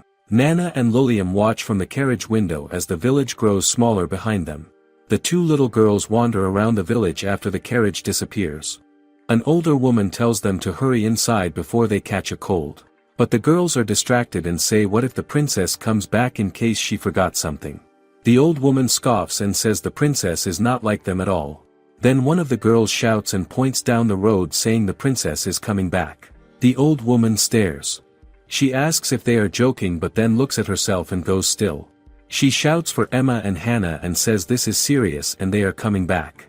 Emma comes out and says she just heard the same from her daughter but wonders whether the saint is even in the party. The carriage stops in front of them and a woman steps out. She smiles and introduces herself as a representative of the Vaden family, a merchant house based in the royal capital. She says she came immediately upon receiving word that this village had high-quality produce purified by a saint and asks whether they could show her what they have. She is currently searching for ingredients for a new luxury restaurant they are opening. The old woman looks surprised and points out that the roads between here and the capital are not well maintained and asks whether sourcing from such a remote location would not be a serious hassle.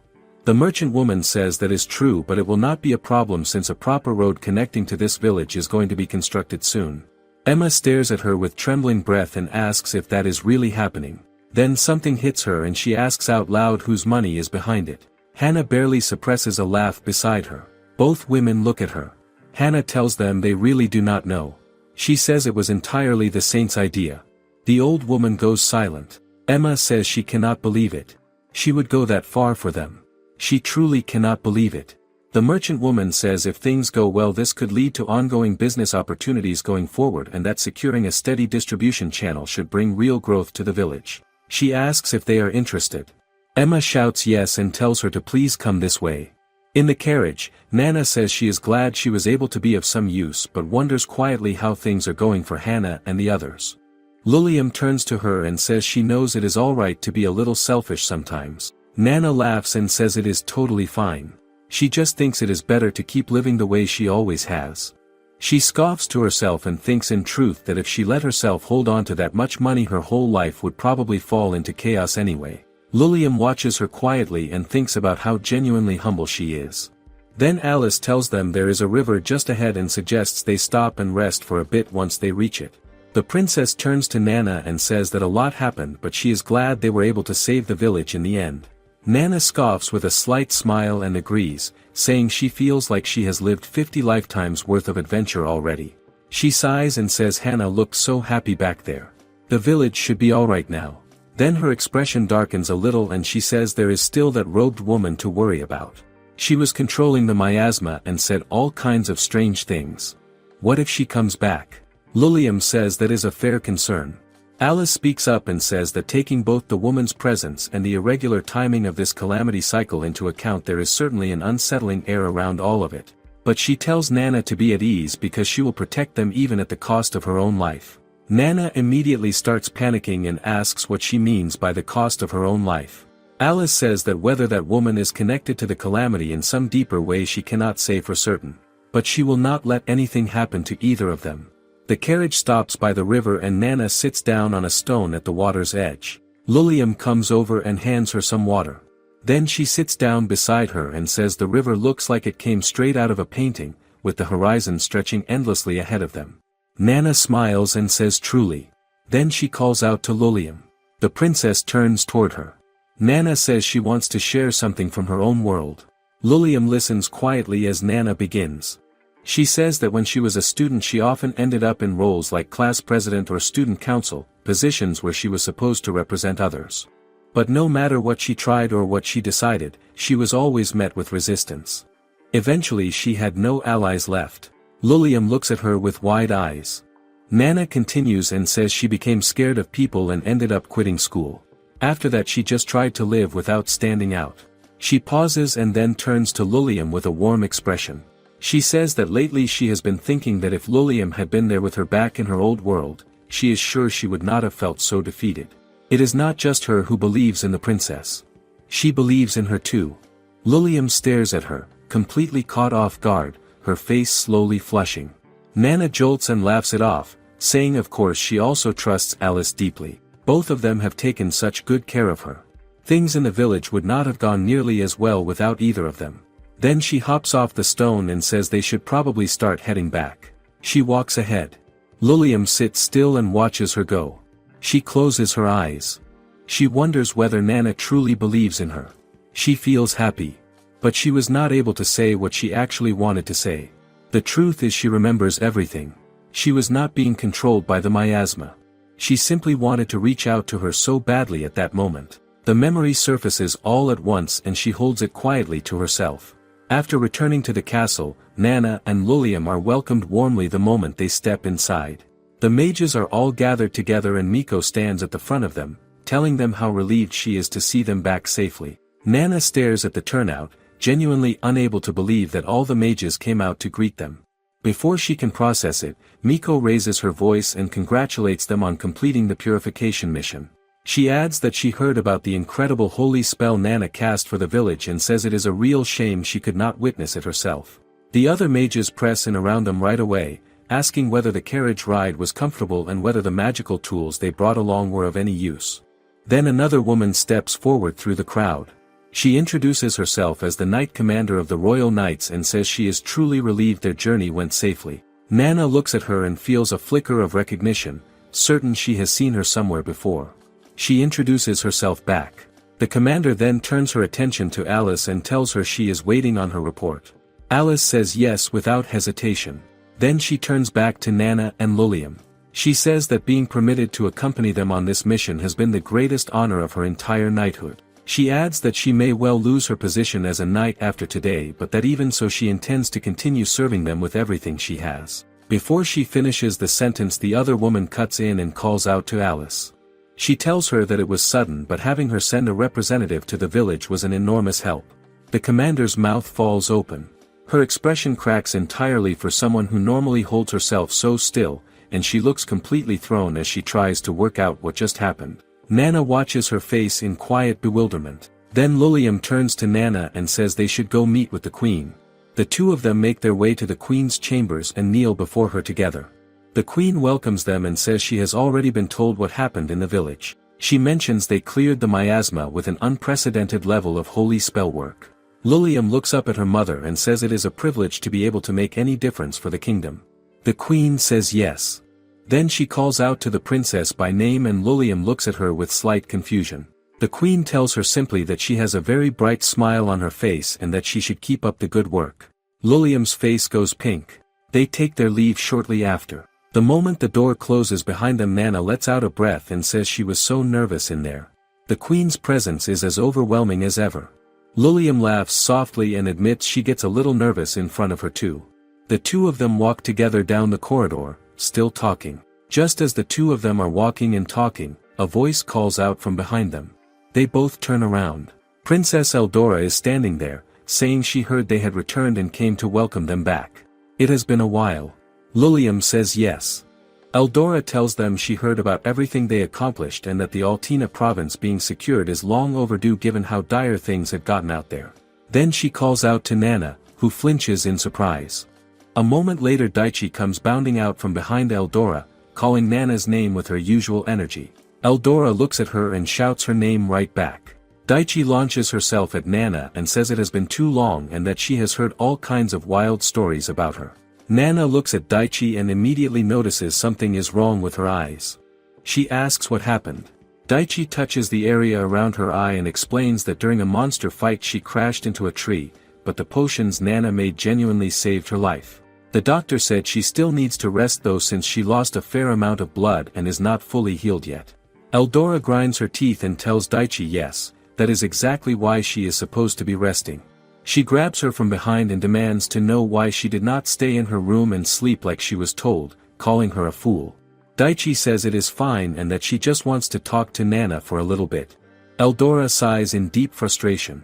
Then Eldora turns and looks at Nana directly. She says her name. She tells her that for making the potion that saved Daichi, for stopping her sister's magical surge, for resolving the crisis in the village, and for everything she has done for this country, as second princess of this kingdom she must express her gratitude. Nana's eyes go wide. Eldora turns away immediately after and scoffs, adding however that she will be the one taking the throne.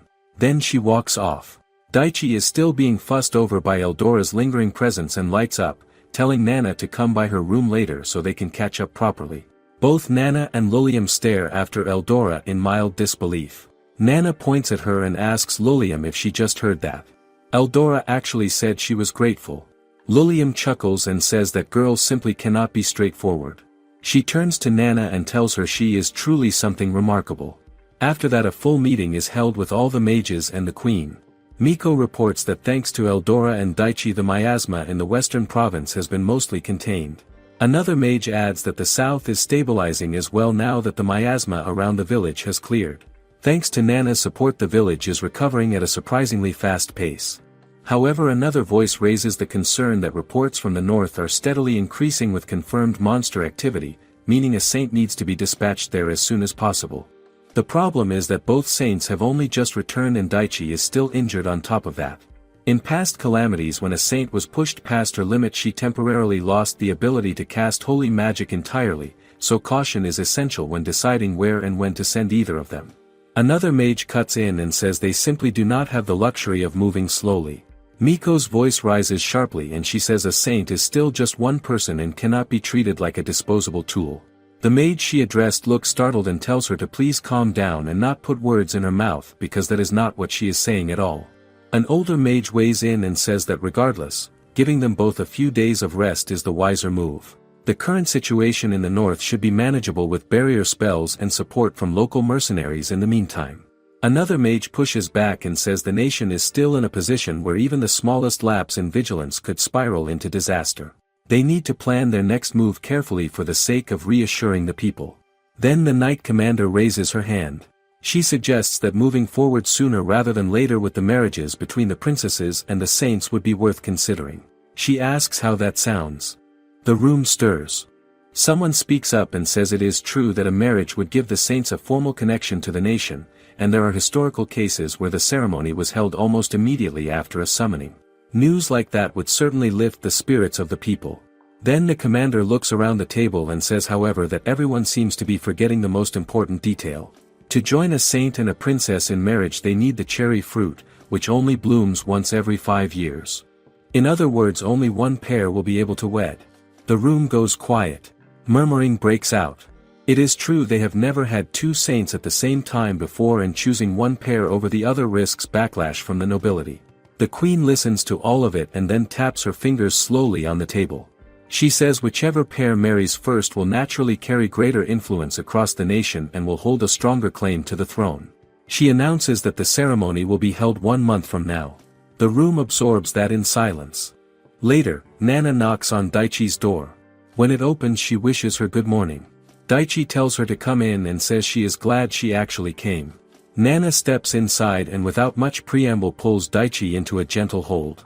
Light begins to glow softly around Daichi. Nana asks her to bear with it for a moment. Daichi's body shimmers quietly as the spell works through her.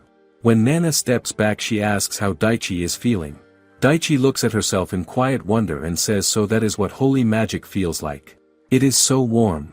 She carefully removes her eye patch and says it is good as new. Nana explains that Lilium is with the queen right now but lent her some magic beforehand. She adds that she had no idea what healing spell to use, so she had to look it up in the agrimmer. She was surprised to learn that a saint cannot cast holy magic on herself.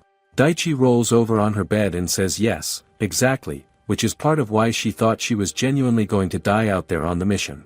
She thanks Nana and says this is the second time she has come through for her in a big way. She will find a way to pay her back eventually. Nana sighs and tells her not to worry about anything like that. Daichi looks at her after a quiet moment and asks whether she ever thinks about wanting to go back to Japan. She says that for her own part she has been an orphan for as long as she can remember. She does not even know what her parents look like. But the orphanage was full of wonderful people, and even without blood ties she had so many siblings growing up, so it is not as though she was unhappy. She says that just before she was summoned here she had been wishing she could find herself in a better world than the one she was stuck in. So maybe that is exactly why she ended up here. Nana looks at her and asks if she does not want to go home then. Daichi says she does, she thinks. Then she sighs and trails off. Then the image of Eldora surfaces in her mind and she sits up abruptly and says she is absolutely not on board with this whole marriage situation. She does not care what kind of tradition it is.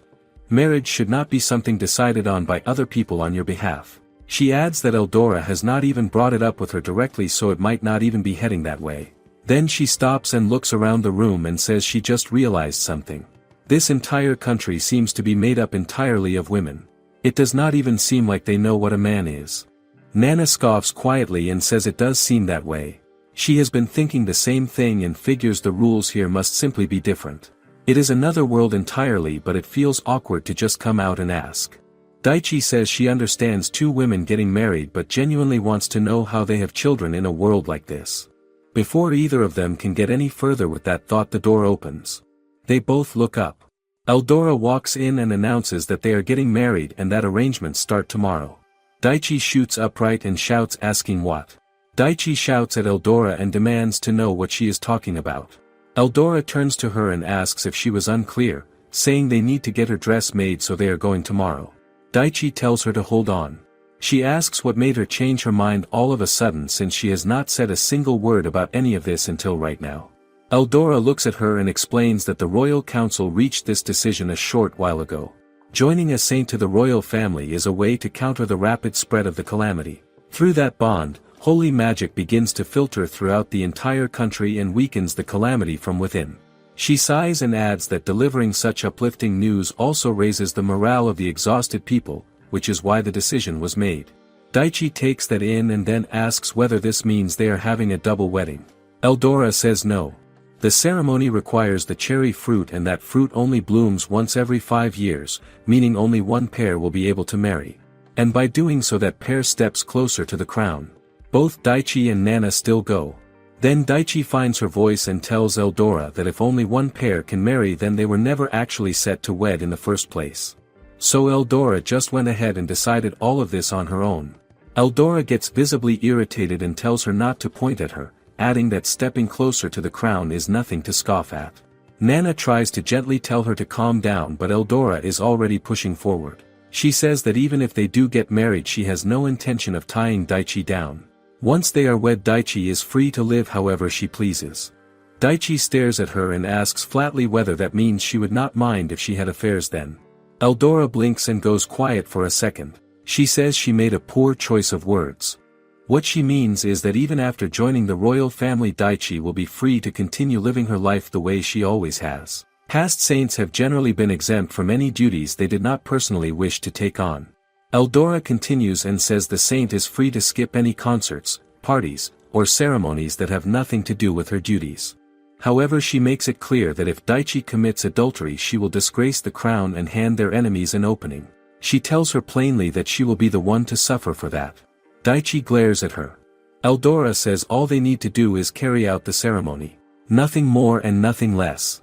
Daichi clenches her fist and asks if this is just a political marriage then. Eldora says if she wants to call it that, fine, but all of her needs will be taken care of. A stable life, meals suited to her status, beauty treatments, and as much time as she wants to pursue her hobbies like making stuffed animals. Daichi flinches slightly at that last part. Across the room, Nana's eyes light up at the mention of stuffed animals, but she flinches right back when Eldora turns toward her.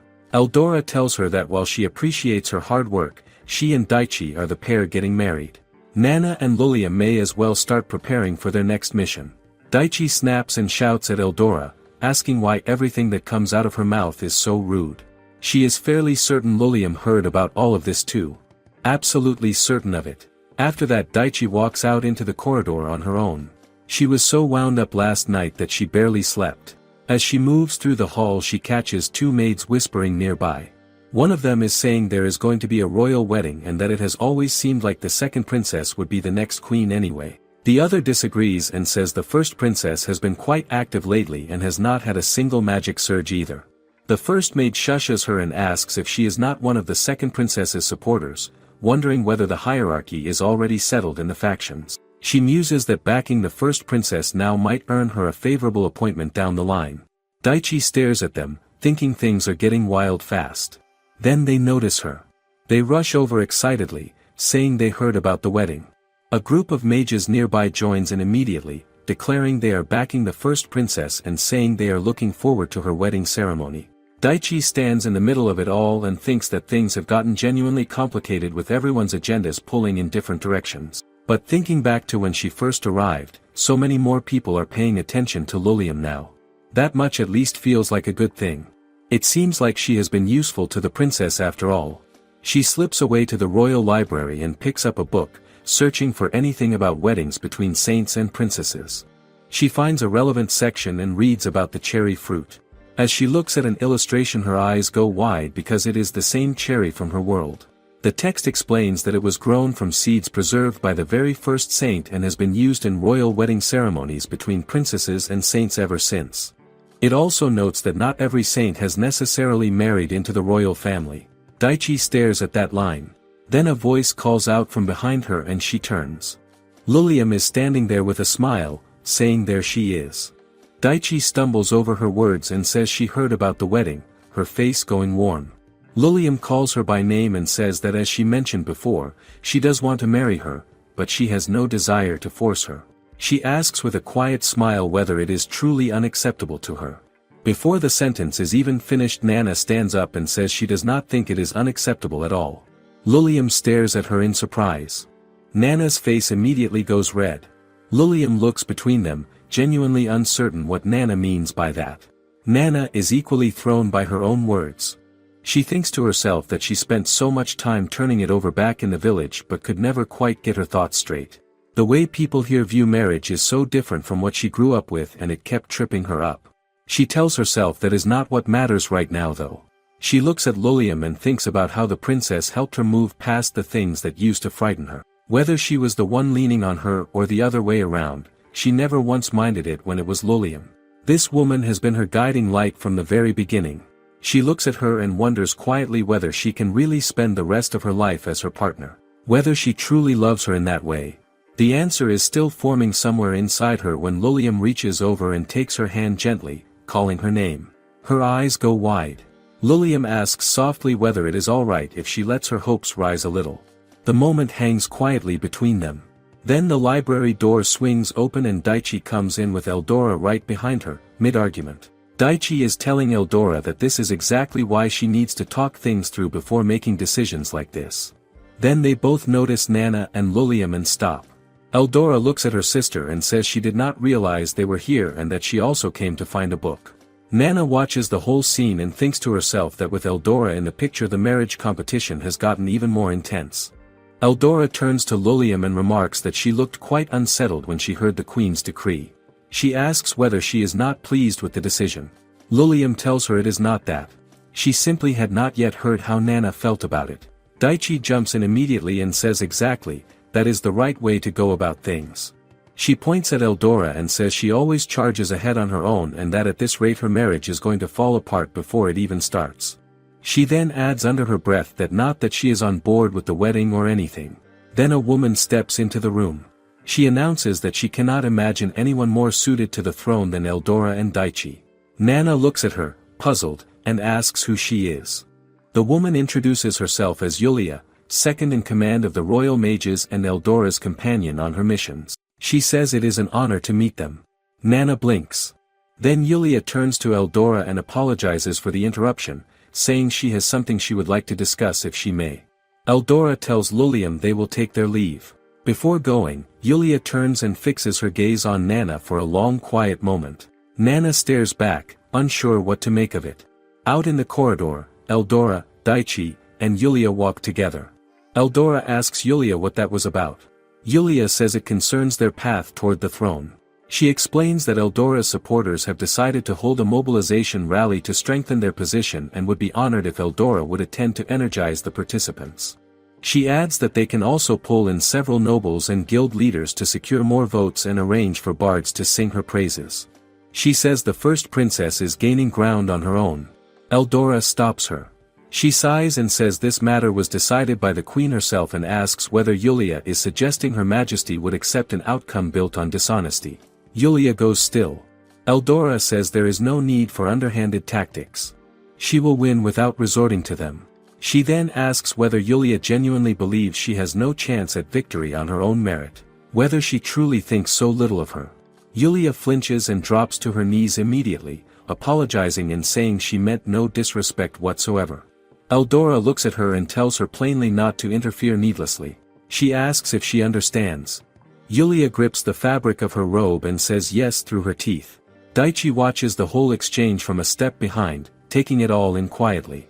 Later, alone in her room, Yulia sets down her things and then slams her hand against the table. She mutters about how ungrateful this all is. She has spent years carefully building up Eldora's standing among her supporters, all so the throne would be within reach. She grinds her teeth. She knows what Eldora said, but if by some turn of events the first princess ends up crowned, where does that leave her? Her house loses its standing. She gets humiliated by everyone around her. The thought alone makes her stomach turn. She cannot believe the first princess is still a real contender. It is all because of that saint making a spectacle of herself while Yulia was not paying close enough attention. The helpless saint. Nana. She presses her fingers into the fabric of her dress. She is going to have to handle this herself. Elsewhere in the castle, Ravi is trailing Alice through the corridor and demands to know what in the world happened to her out on that mission. Alice tells her everything she needs to know is in the written report. Ravi says she already read it and she still does not understand. She says compared to before it is like all of Alice's sharp edges have been smoothed down. Mid-sentence Alice slips away and Ravi shouts after her asking where she thinks she is going. Alice moves quickly down the hall, an unsettled feeling running through her that she cannot quite name. Then she spots Yulia ahead and stops. She asks what she is doing here. Yulia turns around looking equally caught off guard. Ravi catches up a moment later and notices her too. Alice looks at what Yulia is carrying and asks her directly to explain why she is sensing miasma emanating from the object in her arms. Yulia scoffs and says she brought back a sample from their mission to study the miasma more closely. She asks if there is some problem with that. Alice says no and apologizes. Yulia turns and walks away with visible irritation, muttering under her breath that she cannot stand these nights. Ravi watches her go and says that woman is far too arrogant for someone from a marquis-level house, especially compared to the standing of her own ducal bloodline. Alice barely hears her. Something is turning over in her mind. She wonders if her unease is simply because she learned that someone out there has the ability to control the miasma directly. Before the thought can settle, Ravi shouts at her and asks if she is even listening. Meanwhile, Daichi is having a thoroughly miserable time in the dressing room. She stretches her arms out with relief and mutters that it is finally over and she never wants to try on another dress again as long as she lives.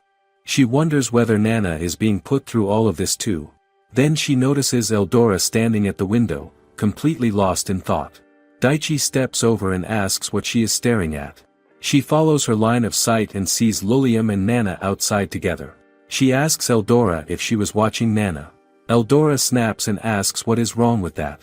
Daichi says she did not say anything was wrong and asks whether she was actually watching Lilium. Eldora turns away and says they simply happen to be in her line of sight.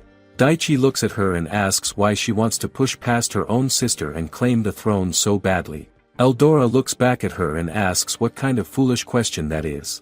She says that if one is born with the right to the throne, failing to claim it makes one no better than someone without any standing at all. Daichi says that having a queen who is permanently irritable like that would wear everyone around her down completely, always having to tread carefully. Eldora stares at her and asks what she just said. Daichi tells her that they may not share blood but she has grown up around a lot of younger sisters and not one of them has ever been as sharp-tongued as Eldora. Everything out of her mouth is some form of attack and her whole expression treats the world like her personal enemy. Eldora tells her she did not ask for her opinion. Then she goes quiet for a moment. She turns back to Daichi and asks whether she does not resent it. Setting aside the question of the throne entirely, is she not at all bothered by the idea of marrying her? Daichi blinks and asks what that is supposed to mean. Eldora turns to face her fully. She says it is a fair thing to ask since on the day Daichi was summoned she chose this marriage herself, including of her own will. She also tells her plainly that she would not say she has the makings of a proper queen. Daichi's temper flares. She starts to fire back and Eldora cuts her off, reminding her that she already said she would be exempt from royal obligations. She has been perfectly fine staying out of the public eye. There is no need for her to carry any burden she does not want. She tells Daichi to come along now since they are expected at the training grounds. Daichi calls after her to wait up. When they arrive at the training grounds Daichi stops in her tracks. Mages are gathered all across the space. She looks around and asks what is going on. Then she hears Nana call her name and immediately lights up, asking what she is doing here too and wondering what this gathering is for. Miko steps forward with a smile and thanks everyone for coming. She greets Daichi and then announces that they will be beginning rehearsal today for the holy spell that will be performed during the royal wedding ceremony. The room reacts with surprise. Daichi shouts that she has not agreed to any wedding yet. Miko says she is aware of that. Regardless of how the wedding unfolds they still need to practice the holy spell now since there would not be enough time to prepare later. She says she would also be deeply honored to witness the holy magic they have cast across the land once more and asks whether the two of them would be willing to cooperate. Daichi and Nana look at each other and agree. Miko tells them to begin by shaping the arcane display exactly as their hearts envision it. Daichi says she is starting and raises her wand. Nana watches with wide eyes, realizing this is actually the first time she has seen Daichi's magic directly. Lilium says quietly beside her that she is quite excited too. Eldora stands nearby with her usual stern expression. Then she turns to Nana and says she looks like a sickly troll and calls her feckless. Daichi immediately shouts at her to stop being cruel and then turns back and refocuses on her spell. The air around Daichi begins to shift and gather. A radiant current of holy light rises from her wand and spreads outward in layered arcs across the training grounds. Nana stares at her and thinks she is in complete control of every thread of it. Each release of the spell sends a wave of warm energy washing through the air, and something in Nana's chest stirs with a deep sense of courage every time it does. So this is Daichi's holy power. She looks up and thinks it looks like a burst of fireworks lighting up the sky. When Daichi lowers her wand and turns to Eldora with a grin, asking how that was, Eldora gives a single short nod. The mages around them break into excited murmurs, saying it was a breathtaking display and that it is nearly complete even at the visualization stage. Daichi turns to Nana and asks what she thought. Nana beams and says it was incredible, adding that holy magic really does feel warm from the outside. Lilium says it was so vivid and moving she felt it as though it touched something in her. Miko turns to Nana and says it is her turn now. A mage steps forward and hands her a casting staff. Daichi looks at the mage and says she is pretty sure they have met at the mage tower before. The recognition clicks into place and she narrows her eyes. The mage flinches immediately. Then she steps toward Nana and apologizes sincerely, saying she is truly sorry for what she said that day. She tells her she was deeply discouraged at the time, but that is no excuse. Nana tells her not to worry about it at all. Daichi pushes forward anyway and demands to know what the mage said to Nana. The mage looks like she wants to disappear and says she will accept whatever punishment is given. Nana quickly says no, it is completely fine, and thanks the mage for bringing the staff. Daichi watches her and shakes her head quietly. Nana turns to Lilium. The princess smiles and tells her to show everyone their magic, saying she knows she can do it. They take each other's hands. Daichi watches from the side, buzzing with anticipation. She thinks to herself that she has actually felt Nana's holy magic before, not just seen it, she was healed by it directly. Lilium closes her eyes and thinks about what to channel. Something like a flowering water fountain of light sounds right. Nana's hands begin to tremble slightly as she gathers the arcane current. Then something shifts. A dark, churning energy blooms from the point where their hands meet and detonates outward in a sudden concussive burst. The crowd pulls back in alarm. Even Nana stares at her own hands in shock, unable to understand what just came out of her. The arcane bond between her and Lilium flares and tightens like something is pulling against it from inside. Then a massive discharge explodes into the air above them. The shockwave rolls across the training grounds and everyone staggers. Miko shouts Lilium's name. Then Eldora moves. She crosses the distance in an instant and throws herself between Lilium and the blast. The force catches her and she collapses forward, falling directly into Lilium's arms. The grounds go completely silent. Everyone stares. Then the voices break all at once, crying out her name. Lilium looks at her sister and shouts her name. Before she can do anything, Daichi leaps forward, landing beside Nana and calling out to her, asking if she's okay. Neither of them respond. Both women lay completely still, eyes shut. Daichi is stunned. She turns to Miko and asks how they're doing. Miko glances at Nana and gets straight to the point. A powerful curse has been placed on them. They need to move fast. She immediately calls out to the other magicians, telling them to skip the infirmary and take them straight to the magician's tower. Daichi stops her. Can't they just fix this with holy magic? Miko shakes her head. According to the archives, holy magic can't directly break a curse. Every curse has its own specific method to undo it. Daichi grits her teeth. Seriously? Miko reminds her that she is the head of the royal court magicians. She will find a way, one way or another. The magicians leave with the two unconscious women. Daichi turns to Lilium, who is still sitting there, visibly shaking, her eyes squeezed shut. Tears start rolling down her face. She says it's her fault. It should have been her. Daichi steps closer and tells her to stop. They are going to be fine, and if things aren't, then they'll do whatever it takes to wake them up. She holds out her hand. Lilium takes it, and they both run after the magicians. Meanwhile, in the Knight's Tower, the commander addresses the knights. She informs them that Princess Eldora and Nana have been hit with a curse by an unknown party. The queen is currently away on royal duties, and there's no need to trouble her with this before she returns. Their job is simple, find the one responsible before she gets back. Over in the magician's tower, whispers start going around. Could it be one of the prince's backers? The curse's real target was Lilium, so maybe it came from someone in Eldora's camp. But Daichi had said something that felt off. Something isn't adding up. Yulia catches every word of this. Her face goes pale. Her heart is hammering in her chest. She thinks to herself, how did this happen? Why did Eldora step in front of Lilium? This wasn't the plan. None of this was supposed to go this way. She tells herself she needs to check on Eldora. She needs to. Someone grabs her from behind and drives a blade into her. She spins around, and the person stares her down, asking exactly what she meant by it wasn't supposed to be like this. Back outside the magician's tower, Daichi and Lilium sit in silence waiting. The doors finally open and Miko steps out. She tells them she's gone through every curse-dispelling method she knows and that their condition has stabilized. She asks them to come in. They follow her inside.